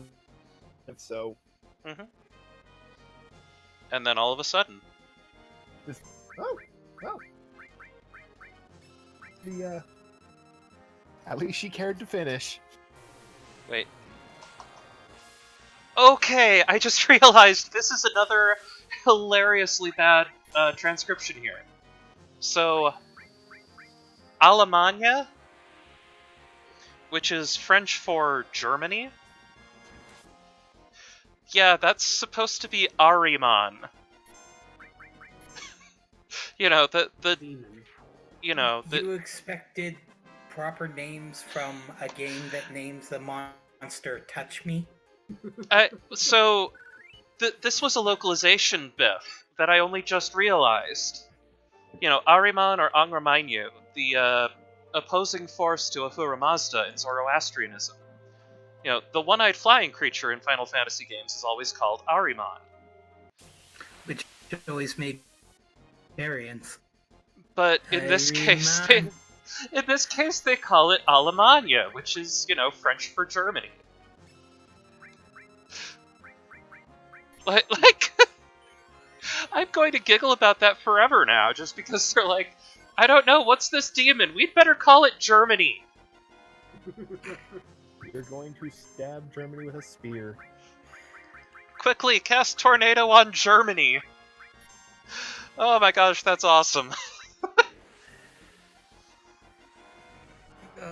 Oh god, that sounds like when I learned about those pens in Spain or Mexico when I was in high school. Longish story. When I was in high school, I took 3 years of Spanish, which I was not good at, so let's just leave it at that.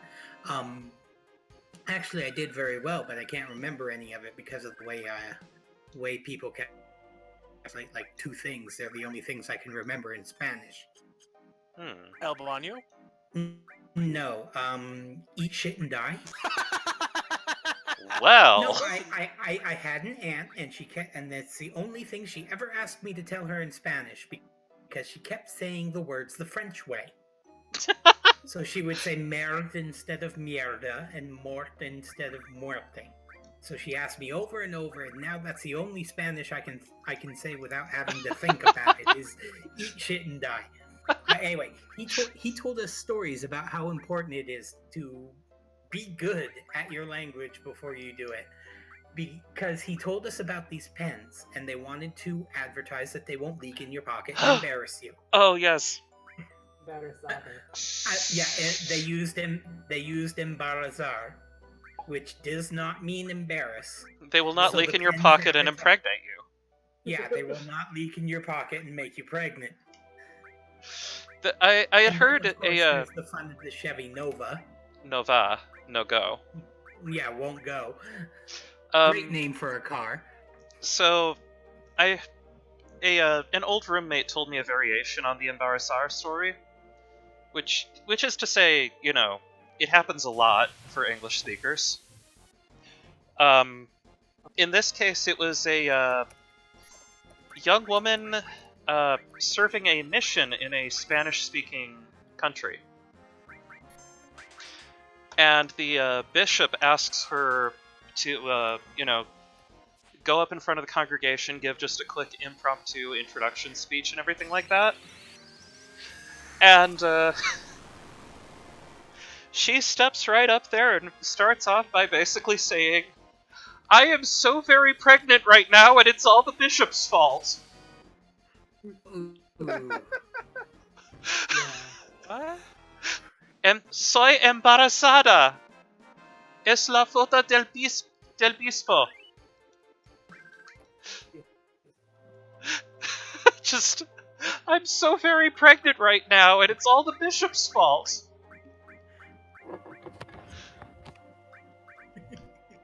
Then again, That's not. That's. I don't think that's what's meant by Holy Communion. then there was someone from my parents' congregation who spent some time teaching in Bulgaria. And some of the language things there, she was, discovered that she was saying the word artist wrong because she was telling everybody that her mother was a refrigerator. I think my favorite is that someone went up to the police officer and they were speaking broken English, and they just went to say, "Could you please get this guy to stop bothering me?" Oh, please And stop molesting. This via molesto. Please tell this man to stop molesting me. Which, I mean, way back in the day, that would have been correct. But Yeah. nowadays, that's the wrong princess. Take that banner down and use it next week. The best part is I actually got to pull something like on one of the students in Spanish 10. We had a lot of kids in my class who thought that simply because their parents came from Latin countries, Spanish was an easy A. And then they get stuck, and they'd ask my pasty white ass for help. So this one had been a super big asshole. He wanted to know what quesadilla was, and back then, not everyone knew what a quesadilla was. It was kind of going to be a new menu item in a year or two. And I gave him the wrong word on purpose. Uh-oh. So instead of him ordering quesadillas, he asked for 2 extra crispy sweaters. I told him it was camiseta instead of quesadilla, and he managed to embarrass himself in front of the entire... Part of me is just kind of impressed that he didn't look at quesadilla and think, He forgot the word at the last minute. Okay. So I found my opportunity and I took it. I'm not usually an asshole, but if you give me a big opportunity like this... It's like one friend of mine who, I guess what he wound up doing was, he had a friend who was kind of an asshole like that, who was going to be traveling to Japan. And was, being kind of an a-hole about it and everything. And he was like, "So, oh yeah, before I go, and so this friend was like, "Hey, before you go, just remember this. If you need to know where the bathroom is, you tell them, Ohayo gozaimasu." Which Good is... morning? Well, I mean, he didn't tell him that part. He was just like, yeah, if you want to know where the bathroom is, just be like, "Ohayo gozaimasu," and they'll tell you.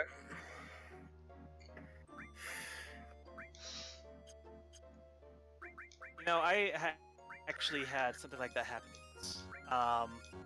So I used to say onigatsu matsu at the end of class. And sensei pulled me aside and he goes, "Would you please stop saying thank you to the pine tree?" What?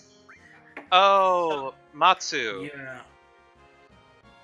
So what? So instead of saying ari what arigato gozaimasu, which would be to say thank you very much, or at least, thank you politely, you're saying arigato gozaimatsu, where matsu is the word for pine tree. So it was more than that. The entire phrase was "Thank you for teaching me, O Sensei," Ah, shortened to Onigatsumatsu. But I okay. was saying it with a hard T, so it's Onigatsumatsu. So I'm Okay. saying, thank you for teaching me pine tree. And the evergreen just kind of bows in return. Well, in Aikido, it's really, really important because at the head of the dojo is the Kamiwaza, the seat of gods. But we usually put a picture of O-sensei, Morihei Ueshiba, up at the front. So you bow to your teacher, and you bow to each other, and then you bow to O-sensei. Okay. And you're supposed to be very, very respectful. Mm-hmm.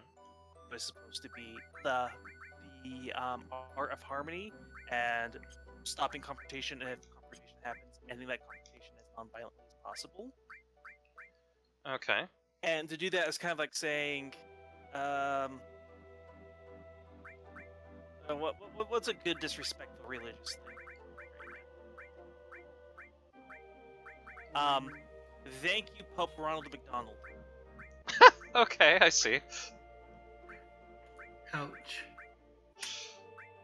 Yeah, I can see where that might set some people's nerves on edge. Yeah. I kept getting it wrong. Yeah, learning other languages can get you your ass kicked sometimes, and not even by mistake. No, I have a friend who's Jewish, okay? And he always says this thing when he's kind of, upset with me. It's Manishtana, which basically means why should today be unlike any other day? And he got that stuck in my head. Now, my mom works at a Jewish school where I helped out for a little bit, cleaning up and stuff. Oh no. And one of the bosses was like, now I didn't know how much Jewish he knew because he's not Jewish, but he's a friend of the family. And he's saying, I'm in a bad mood, so I'm going to work you guys extra hard today. And let's face it, his default mode is workaholic. So he mumbled Manishtana, and if he'd understood, I would not be just because of how I die.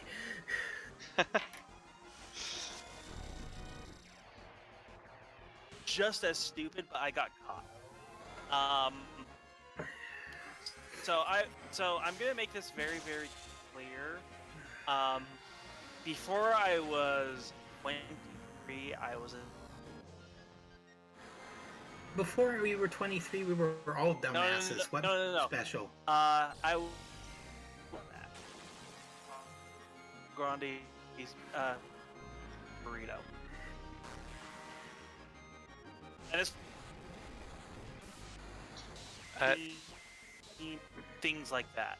Well, I was reading a Spanish to English dictionary, and I came across the word for slut in this dictionary. So what I did in the next Spanish class is this girl that kept making fun of me ticked me off, and I just said this word over and over again.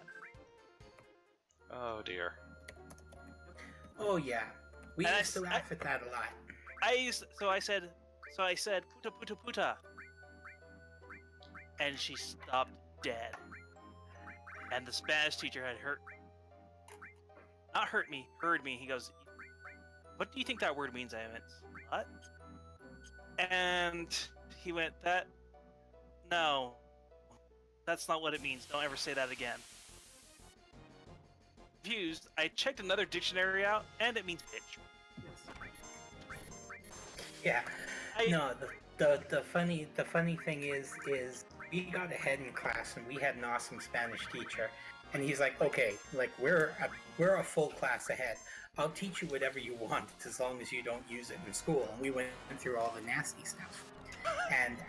And after he taught us puta, we would end up giggling anytime we had to take dictation in Spanish, because he would give us things where we would basically just write out what he said in Spanish in English. We would take dictation. And, he would say punta, as in period.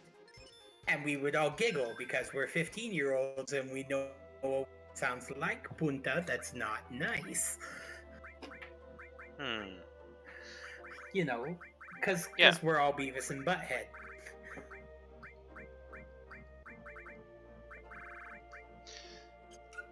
That, oddly enough, does remind me of a thing. When something my sister used to joke about a lot, at least, just because of her rather odd Spanish teacher. Wow, I cannot talk. Anyway, so for whatever reason, my sister had chosen the name Luz for her, for her classroom name, sort of a thing. Oh, like how my teacher called me Jacob because my middle name is Jacob. Yeah. I'd have thought Joaquin. Well, he wanted to call me Benjamin, but I thought it sounded silly. And then he said, well, it's either Benjamin or Jacobo. And I'm like, okay, I'll take the latter. Yeah. It's Jacobo or Joaquin, both would have been Jacob. But anyway. Anyway, so, I don't know, something about this Spanish teacher, I guess she didn't realize how much of a nag she sounded like when she put it that way, but it was menos puntos los. Yeah, just, I'm taking points off, Luz. But it was just something about the tone of voice that just made it... What's Spanish for 10 points from Gryffindor? Menos 10 puntos de Gryffindor? Oh, wow. Okay, I wasn't expecting an actual answer to that question. Well, too bad, you got one. 10 points to Gryffindor, thanks to Luke. So, I have no idea what house he's in, but Gryffindor's getting the points anyway, and he can just deal with it if he's not in Gryffindor. And 10 more points to Gryffindor because fuck it, I'm in a good mood. I just want to see that. I would love to see that happen in a Harry Potter book. Just like someone in Hufflepuff does some great thing. It's just like, good job, 30 points to Gryffindor. But I'm not in Gryffindor. Oh. Oh. Huh. Are you sure you weren't sorted wrong? Oh, well, You know what? I'm big on Harry Potter, but I did come to understand something. Me up a little bit. Harry should have been a Slytherin. Ron should have been a Hufflepuff. and Hermione should have been a Ravenclaw. But they're all in Gryffindor. What the fuck? Well, because their heroism kind of overrode everything else. Also, Pardon me. Because the sorting hat takes into consideration what the person wants. Oh, also, okay. Yeah, That makes sense. I was going to say it was because, but your mom is right. Yeah, in fact, that's actually one of the major things is Harry specifically asked the hat, don't put me in Slytherin. If I said I'd be happy anywhere, Hufflepuff. You know what? I disagree with you guys. Because whenever we're given like a clumsy loser, but Hufflepuff is really all about everyday wizard. Like, they may not be the bravest or the most cunning or the most underhanded, Well, nobody wants to be the most average. but they're definitely the most caring. And admittedly, I mean, in the song, apparently Helga Hufflepuff was basically like, yeah, whoever's left, I'll take him. which if you Give we're me, part of give me you're tired, you're hungry. earning the study free. Well, you know, I Yeah, I it's the sort of house joke of all the people that about got picked last in gym class. I sort of joke about You like guys keep talking, and I will keep wanting to be a Hufflepuff less and less the way you. well, see, like I joke about you know, you've got Gryffindor who's up in one of the towers, and to get in, you have to know a heroic sounding password most of the time. Except for that one time when the lady in the portrait was drunk and she was like, "Yeah, fairy lights." But you know, then you have Slytherin, which is like opposite of Gryffindor, and it's down in the dungeons, and you have to know some like creepy, tyrannical password to get in. And then you have, you know, Ravenclaw, which is up in one of the other towers, and to get in, you have to solve a philosophical riddle. Can you imagine trying to get past that door drunk? And then there's, you know, the Hufflepuff, and I assume Hufflepuff is like, well, it does say they're like out behind the stables or something, but I'm guessing like to get in, you have to bring them a sandwich. I thought I heard that it was next to the kitchen. Yes. Okay, by the kitchens, but still, to get in, you basically like have to bring a, you know, bottle of something.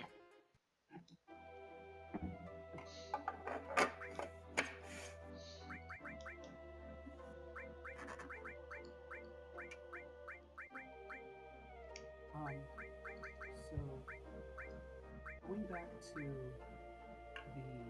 Haven't you bitches ever heard of keys? Sorry, my mouth is full. You okay there, Josh? yeah. Try turning up the sensitivity on your mic if you can. Okay, because I turned it down because it was settings.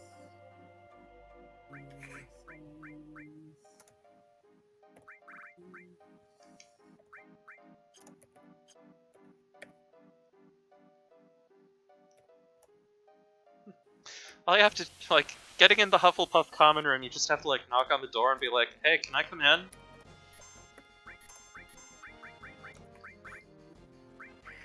Imagine if there was like a system to enter as a guest or whatever for Hufflepuff. It would just be, you know, like, can they come out and play? Yeah, I know that one guy. You know, the guy from the place. Oh yeah, that guy's cool. So I imagine Hufflepuff is just being the house full of all the stoners and slackers. You remind me of the babe. What babe? The babe with the sandwich. Now gimme. These are all the people who are. If I let you in, do you promise to? No, that thing where you're like totally drunk and you're showing up and you have Whoa, to crap. fudge the riddle like 5 times, and they're like, "Do you promise to pass right out in your bed if I let you in?" Yeah. I'll hold you to it. I actually have to be at work at 8 tomorrow, so Oh. I think I'm going to end the call for me. Ooh. Okay, yeah, go ahead and hop Okay. off. It was good hearing from you again, Xylets. It's good to hear from you guys, and I'm so happy to meet other people and Yay. make other people laugh, I hope. Oh, definitely. All right. And again, I'm sorry if I stole the show. Oh, no, it's fine. I'm sorry. Anyway, you have a good one, all right? You too. Thank you guys, and have a fantastic stream, and keep being funny. Bye-bye. Yep. Good Ciao. night. Boom. And then there were 4. Here we go.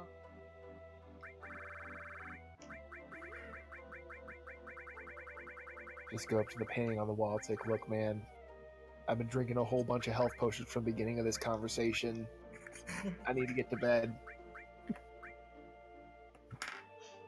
I had a bad accident, and I have downed like 2 X potions from those guys visiting from Evilise. I am completely fucked up. So, if you could just let me have a pass this time, I would be incredibly grateful. Dude, they got like little fluffy teddy bear cats. They got little thingies on their head, and they're all like, "Koopo." I just go. I Oh, just man. keep like batting at the pom pom, and they keep going Kupo. Then I bat at the pom They pom gave some more, me and they these go things pom called pom pom. Gissel greens. Where to go? It's like marijuana or something. I am so screwed up right now. It turns out, gazelle grains are a mild hallucinogenic when used on humans. Shit. Guys, I'm seeing giant birds.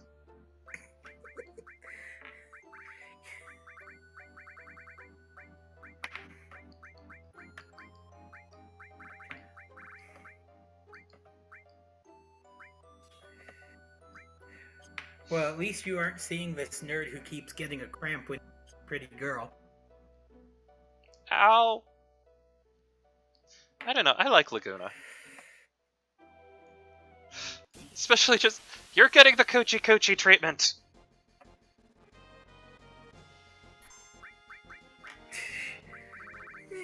I like Laguna too, but he's still a dork. Well, yeah, that's his charm. Just, that does... He makes anyone in the room intense feel 3 times more capable.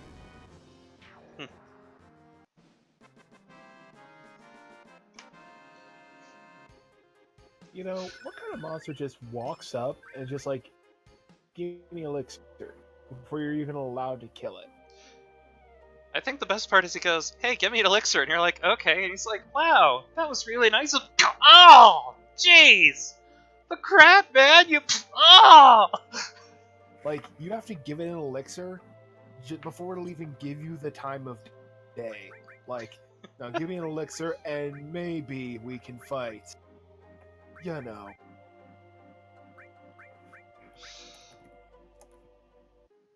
I like to imagine that he's just like, yeah, so... Hey, wow, thanks, you gave me an elixir, just like I wanted. I was wondering if... Oh, jeez! Well, now it needs the elixir.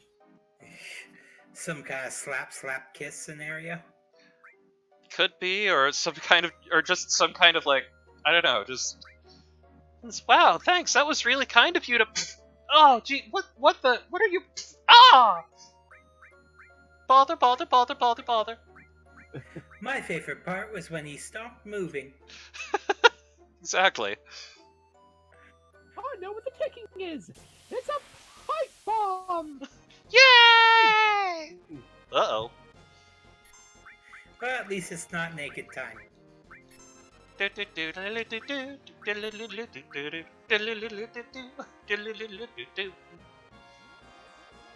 feel cranky and pubescent and I don't know why. I'm gonna take it out on people I like.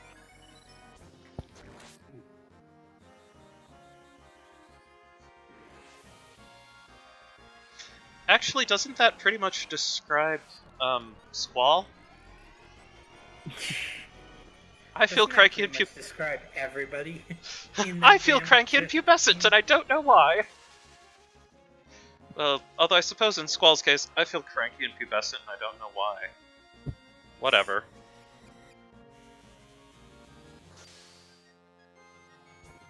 Clearly we need Daniel Radcliffe to voice out all of Squall's dialogue.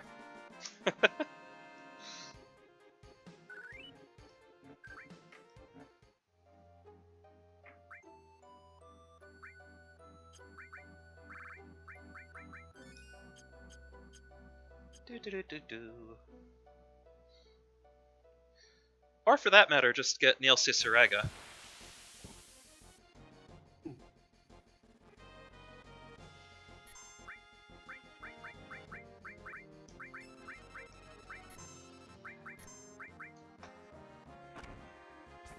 Let's see here.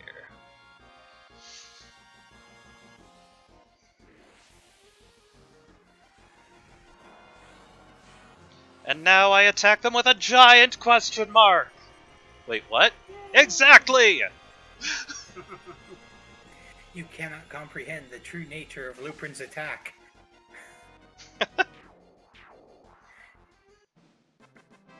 But it bounced off the Franklin badge.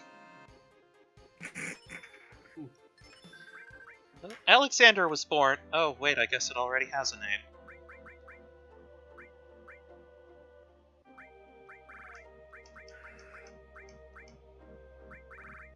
Oh, now we have have 2 Mastered Alexanders. Yay!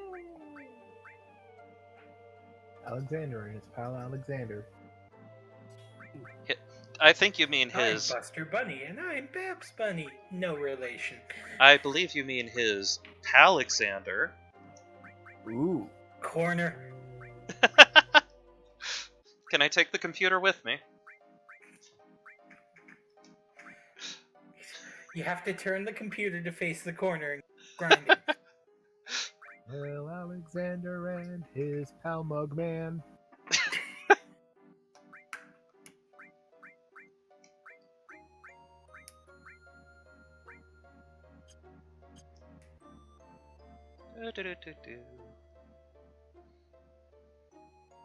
I have so many mastered restore materia at this point.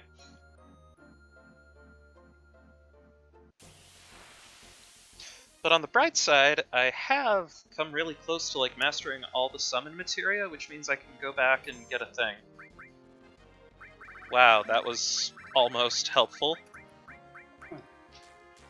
Okay, time to attack Germany again.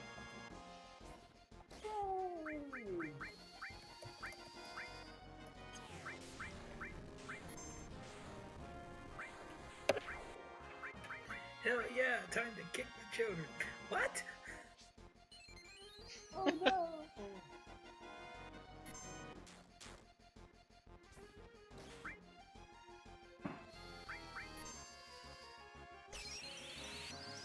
Wait, did I just cast Ultima on myself? Oh, please no. Oh, good. That would have been really awkward. Just like, okay guys, we're all gonna die now. Wait, what? Dying!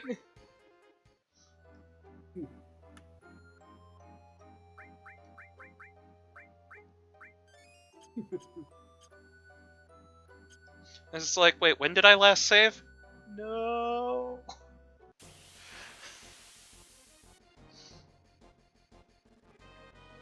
Long enough to be very concerned about it.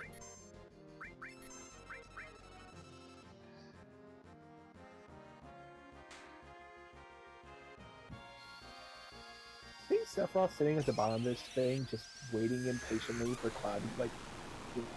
When walk is he going to get downstairs. here? I set up this whole arena to fight him in, and he still isn't here. Mother! Why is he not here yet?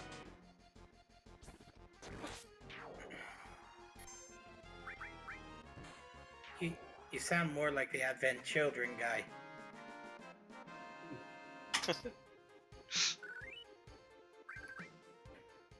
See, that's what the Final Fantasy VII remake's gonna need to have. They need to have a move where the entire cast throws Cloud into the stratosphere, like in the movie. Not actually to deal damage, they're just really annoyed. Just yeet!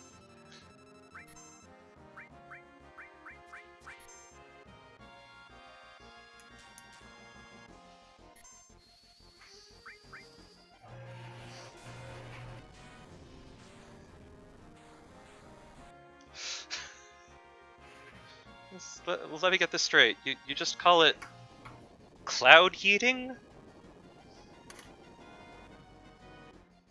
Oh shit. Clouds must be in the sky. Oh, thank heaven for Final Action Phoenix. Oh, sweet jeepers. Cloud didn't care.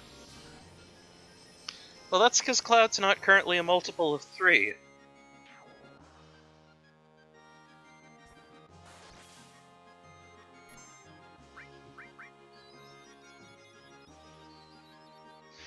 But holy crap, that would have been... Oh, but that does mean Swearbear lost his limit break. Damn. How long do you plan on grinding for anyway? Well, in this case, I'm just working on getting some more limit breaks and such.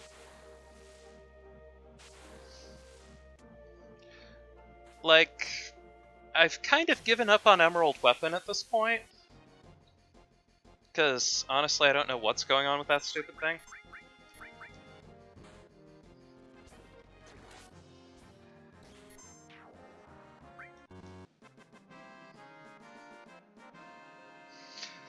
the other half of it being that, honestly, if I want to end the game, I'd like to end it on a Saturday because people are a little more likely to be online. I say that as I'm like, how many people are in this call? Maybe I should have thought this through.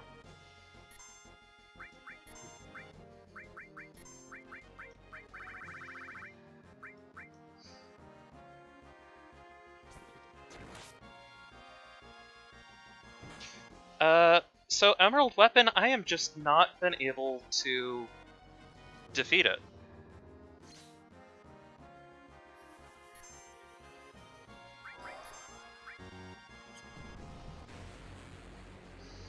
Like, they have all these strategies they give, and every time I try one of those strategies, it goes, oh, no you don't, and then it just kills me slightly harder.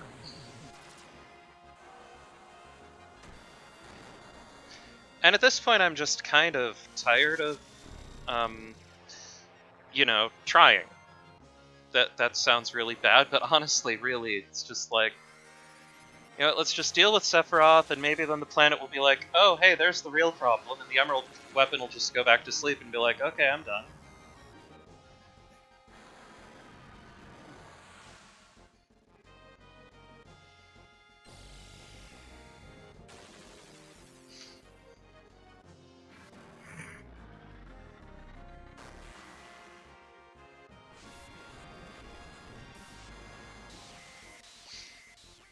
Yeah, it's not like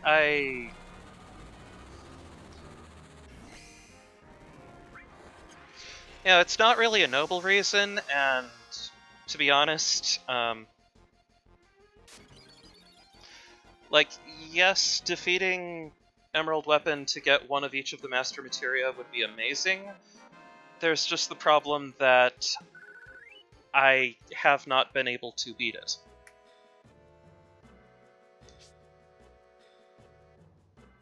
The thing is pretty much like, it's very much a bragging rights reward. Like, if you can beat Emerald Weapon, you need anything you're gonna get out of it. You pretty much already won the game. Yeah. Go downstairs, kick Sephiroth in the dick, and then just go home. Honestly, I want that to be an ending now. Kind of reminds me of That's I used to be a big fan of the Tony Hawk games. And there's one where the villain of the story has a tape of you doing an epic stunt that he claims is his. Of this. Eric Sparrow. The first time, all you get is the tape and him yelling at you that you're nothing. If you play through the game the second time, you get to take the tape and deck him in a single motion. No, on top of that, like, it's not even just that. You bypass Whoa. the entire final challenge. Really? Yeah, like, it's literally like the whole cutscene right before it where he's like, one last winner takes the tape.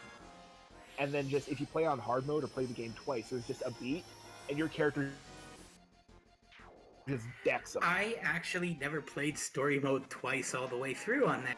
Yep. I have to do that now. But yeah, like, I am totally imagining just, like, he shows up and Sephiroth says, aha, you see, I am about to reunite with Genova and set the meteor going down. Oh! Oh! You just walk. You've arrived at the final moments before I become a god and lay waste to your pitiful. Oh, Rochambeau, you furry. Just falls over. Yeah, he's doing the whole epic speech. He looks up, he realizes you've walked right up to him. He's like, "What?" Right in it. Oh! And then he does talking soprano. You just hear like a squeaky toy noise, just thud. Just like the stock baby crying noise, just. No, you kick him, and you hear the sound of Christmas ornaments shattering. and then he just kind of tilts over on his side. Like, just falls over, curls up, shudders a couple of times, and then Cloud's just like... just turns around and walks out again. Now go punch some bad guys in the dick. We were having a good time before you showed up, Sephiroth. Ooh, go get some coffee With some cream in it! or something. I'll tell you one thing, mister. This is a happy place.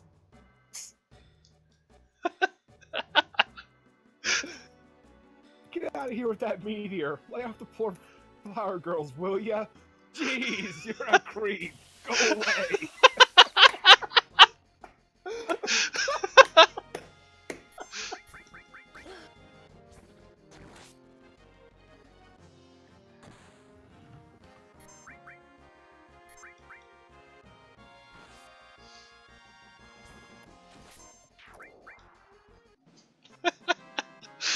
Yeah, that...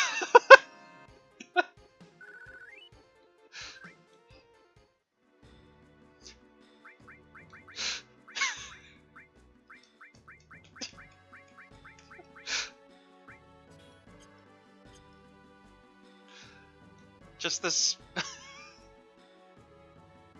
Either that or, oh gosh, who... the police officer from Freakazoid. Now you cut that out! Okay. Cut it out. I don't want to go down in that crater. It smells like poo gas. You wanna see me a odd?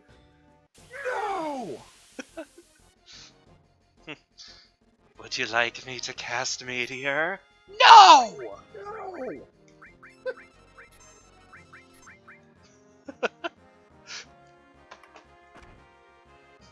Is it bad that I can picture Cloud just grabbing Sephiroth by the front of his shirt by the straps, pulling him close, and just kneeing him in the nads like 4 times? Just... wha-bam! Ah! Stop! Shit!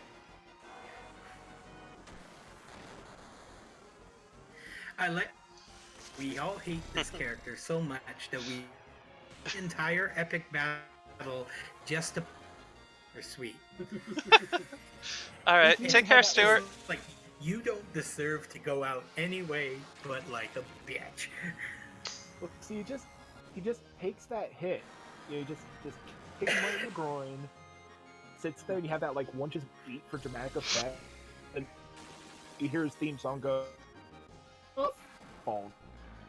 Oh, I just Estons interis ira vehementi, estons right in inter... the black materia. Oh. Oh. Ooh. Just his giant sword just kind of withers. Yeah. No, Oh. somebody laughs at him in this. The couple of perky bangs, like they just stick straight out for a moment and then droop back down.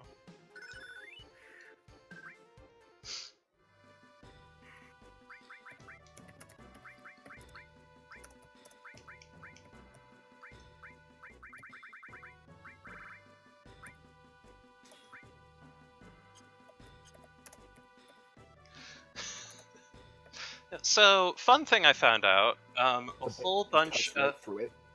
Because these two swords, impractical as they are, one weighs like 30, 60 pounds of just... It's just a 60 With pound bar of iron. Length.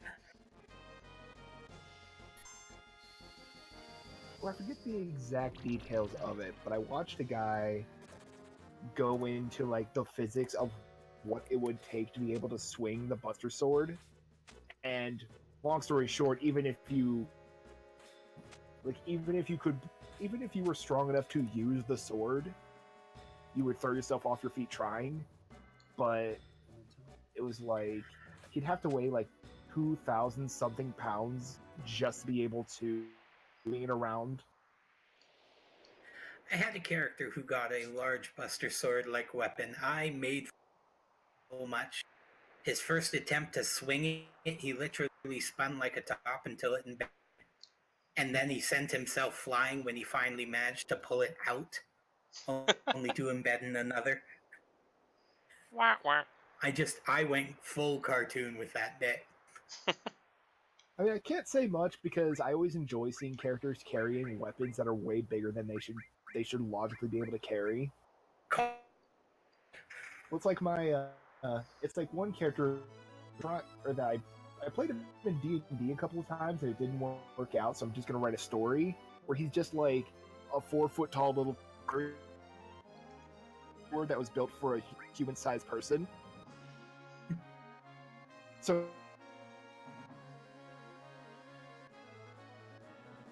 smaller.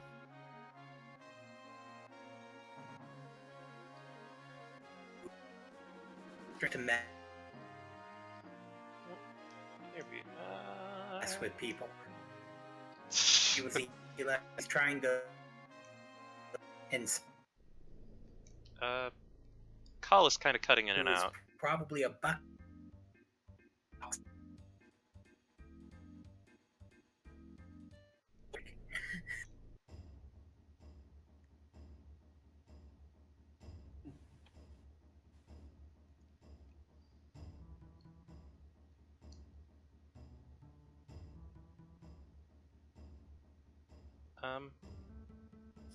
Hello? Sorry, the call kind of kept cutting in and out there.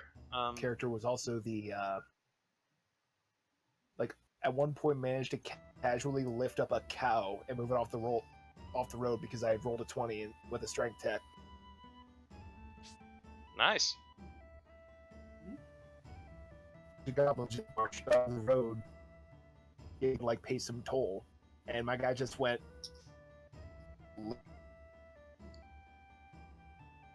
Goblins because they were assholes. They're goblins. That's pretty standard.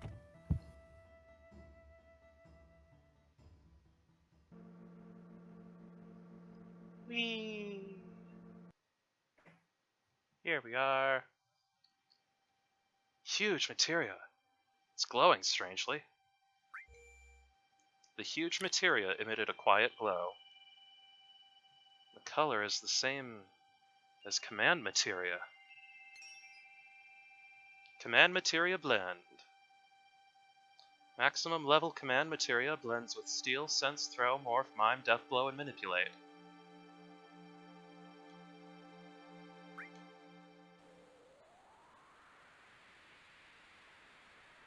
There we go. Received Master Command Materia. Oh, nice. Oh, you didn't need to master the dang enemy skill? Well, thank God. Thank heaven for that, yeah. That's a pain in the arse. Master Command. Equips all commands. Now, if I could start leveling that up and master it, that would be hilarious, but no.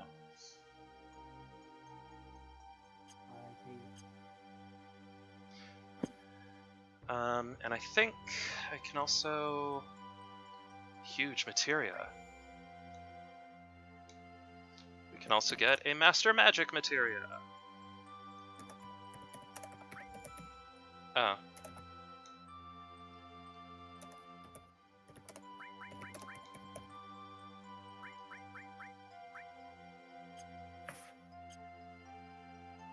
Wait, What are you missing? that's what I'm not sure of.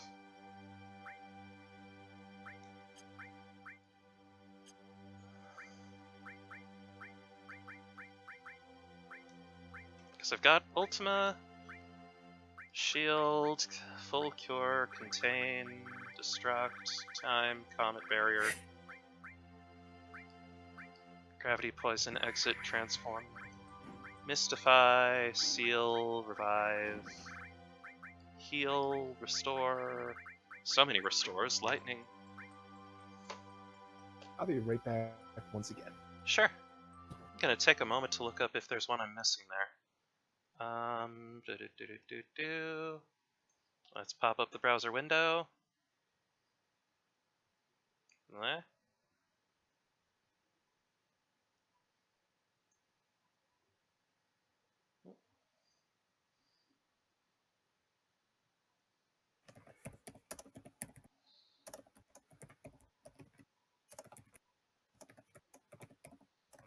There we go. Materia?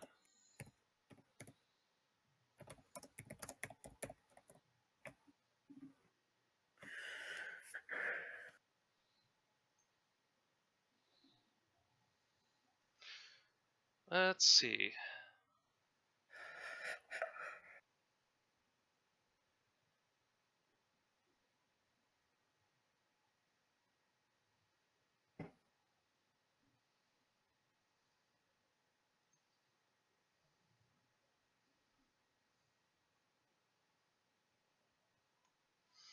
Okay, that,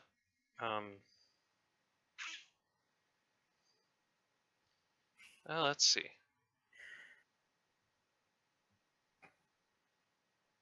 So magic materia, there should be...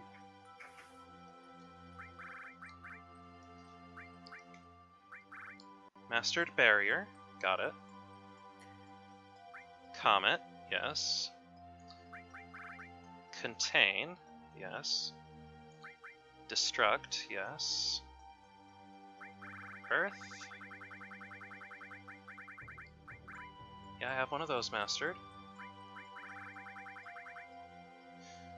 Yeah, I wonder if I have to, like, go down or something. Like, go down and then back up again. Let's find out.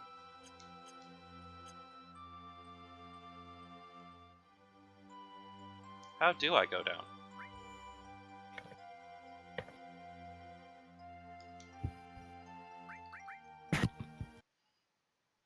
And back. Welcome back.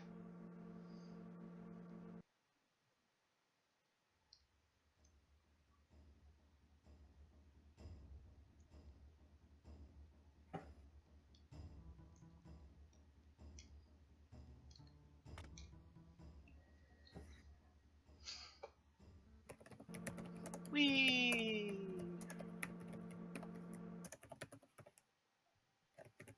Huge materia.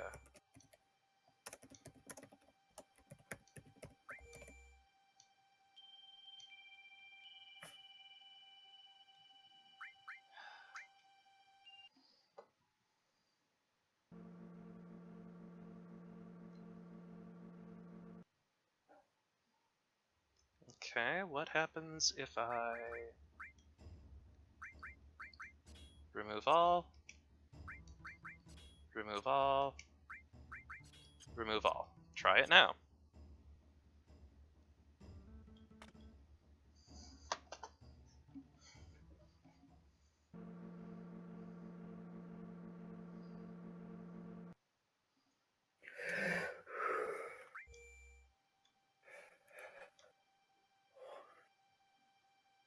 Son of a dang it! What am I missing?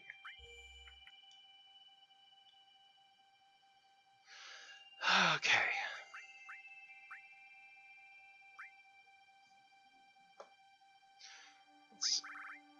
There's Mastered Contain, Mastered Destruct.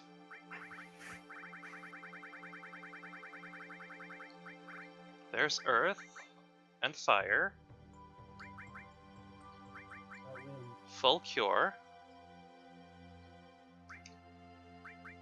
Gravity. Heal.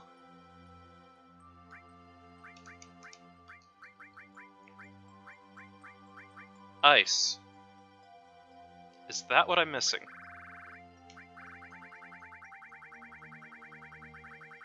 That's kind of ironic. Ha! Oh my gosh. Ice. That's what I was missing. Freaking ice magic.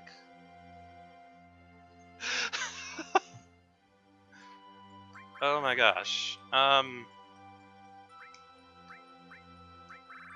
have a question, because I've never really considered. But if you can complete that checklist again, can you get in? Oh yeah, you can do it again if you want. Holy shit.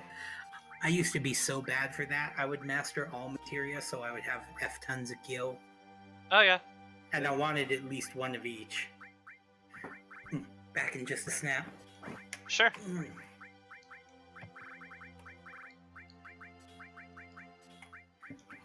Ow.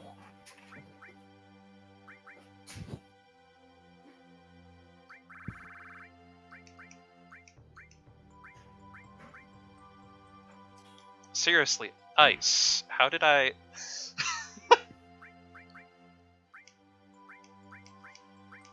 Anyway,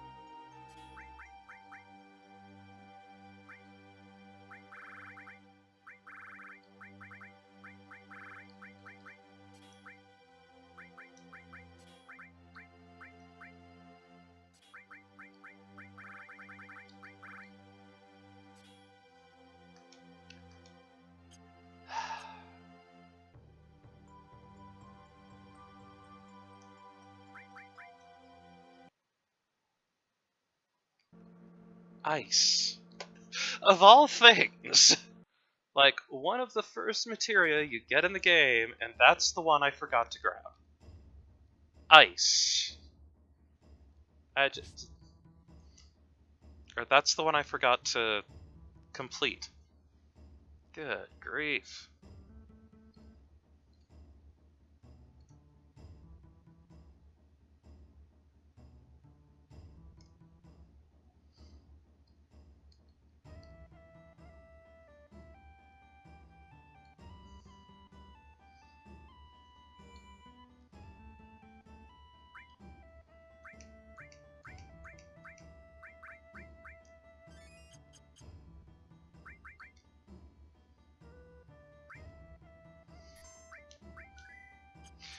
And on that note, it is pretty much about time for the stream to end, so, yeah, we get to end on that hilarious note of, gosh, I've mastered all these magical materia, except for ice.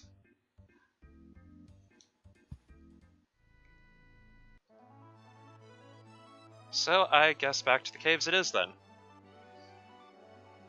AP grinding, clap, clap, clap, clap, clap.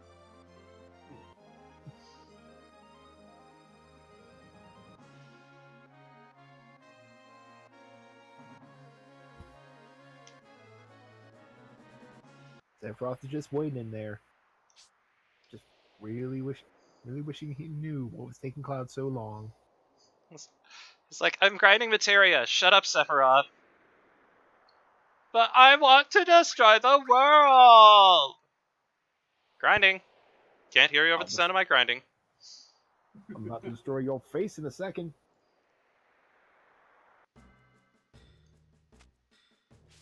And back down.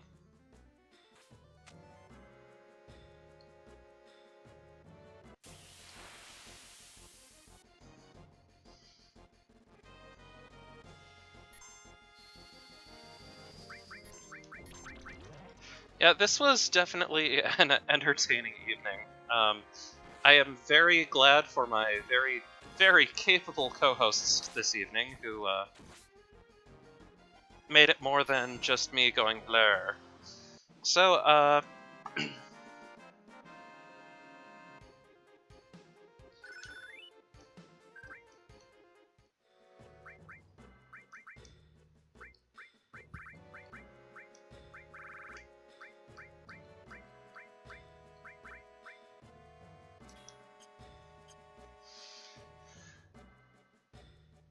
yeah, I'm gonna head back in, do some more grinding, and then maybe, I don't know.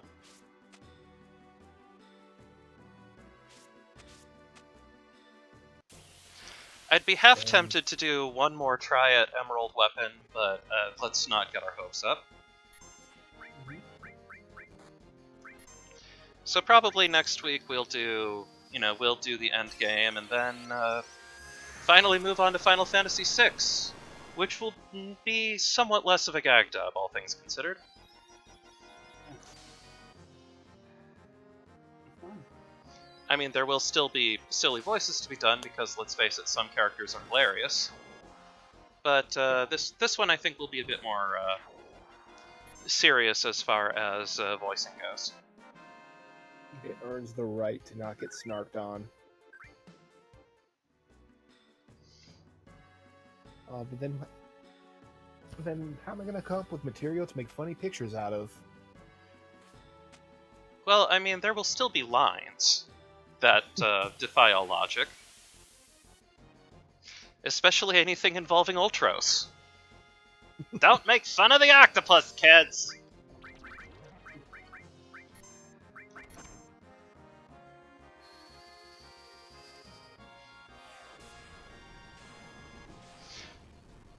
See, admittedly, from what I've seen with Gao,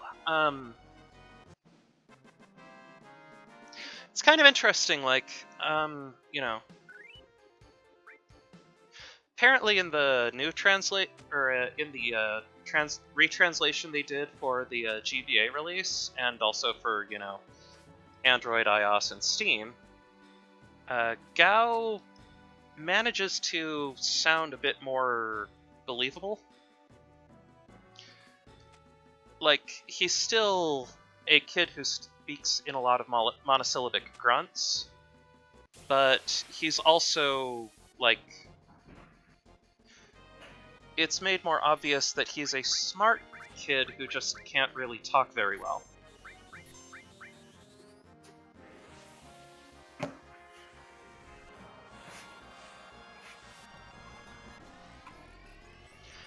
Anyway, so that's probably my plans for the upcoming time. And I hope you all had fun tonight, because I think we all sure did. Oh, I did. I came back at just the right moment. Yeah, so thank you all for watching, and also thank you so much again to all of those of you who came in to help co-host tonight. Yeah, I had a blast. Yeah, I will be back, same time, same place, same channel, whatever, Same rock fist potato time. Same rock-fisted time, same rock-fisted channel. So thank you all for watching. I am, of course, Simon the Shepherd. These are my co-hosts. Later. Oh, we were supposed to talk at this time. Or Guess we something, I don't skipped know. that. Anyway, so yeah, this was Gaming with Doug. Have a good night, everyone. And dorks.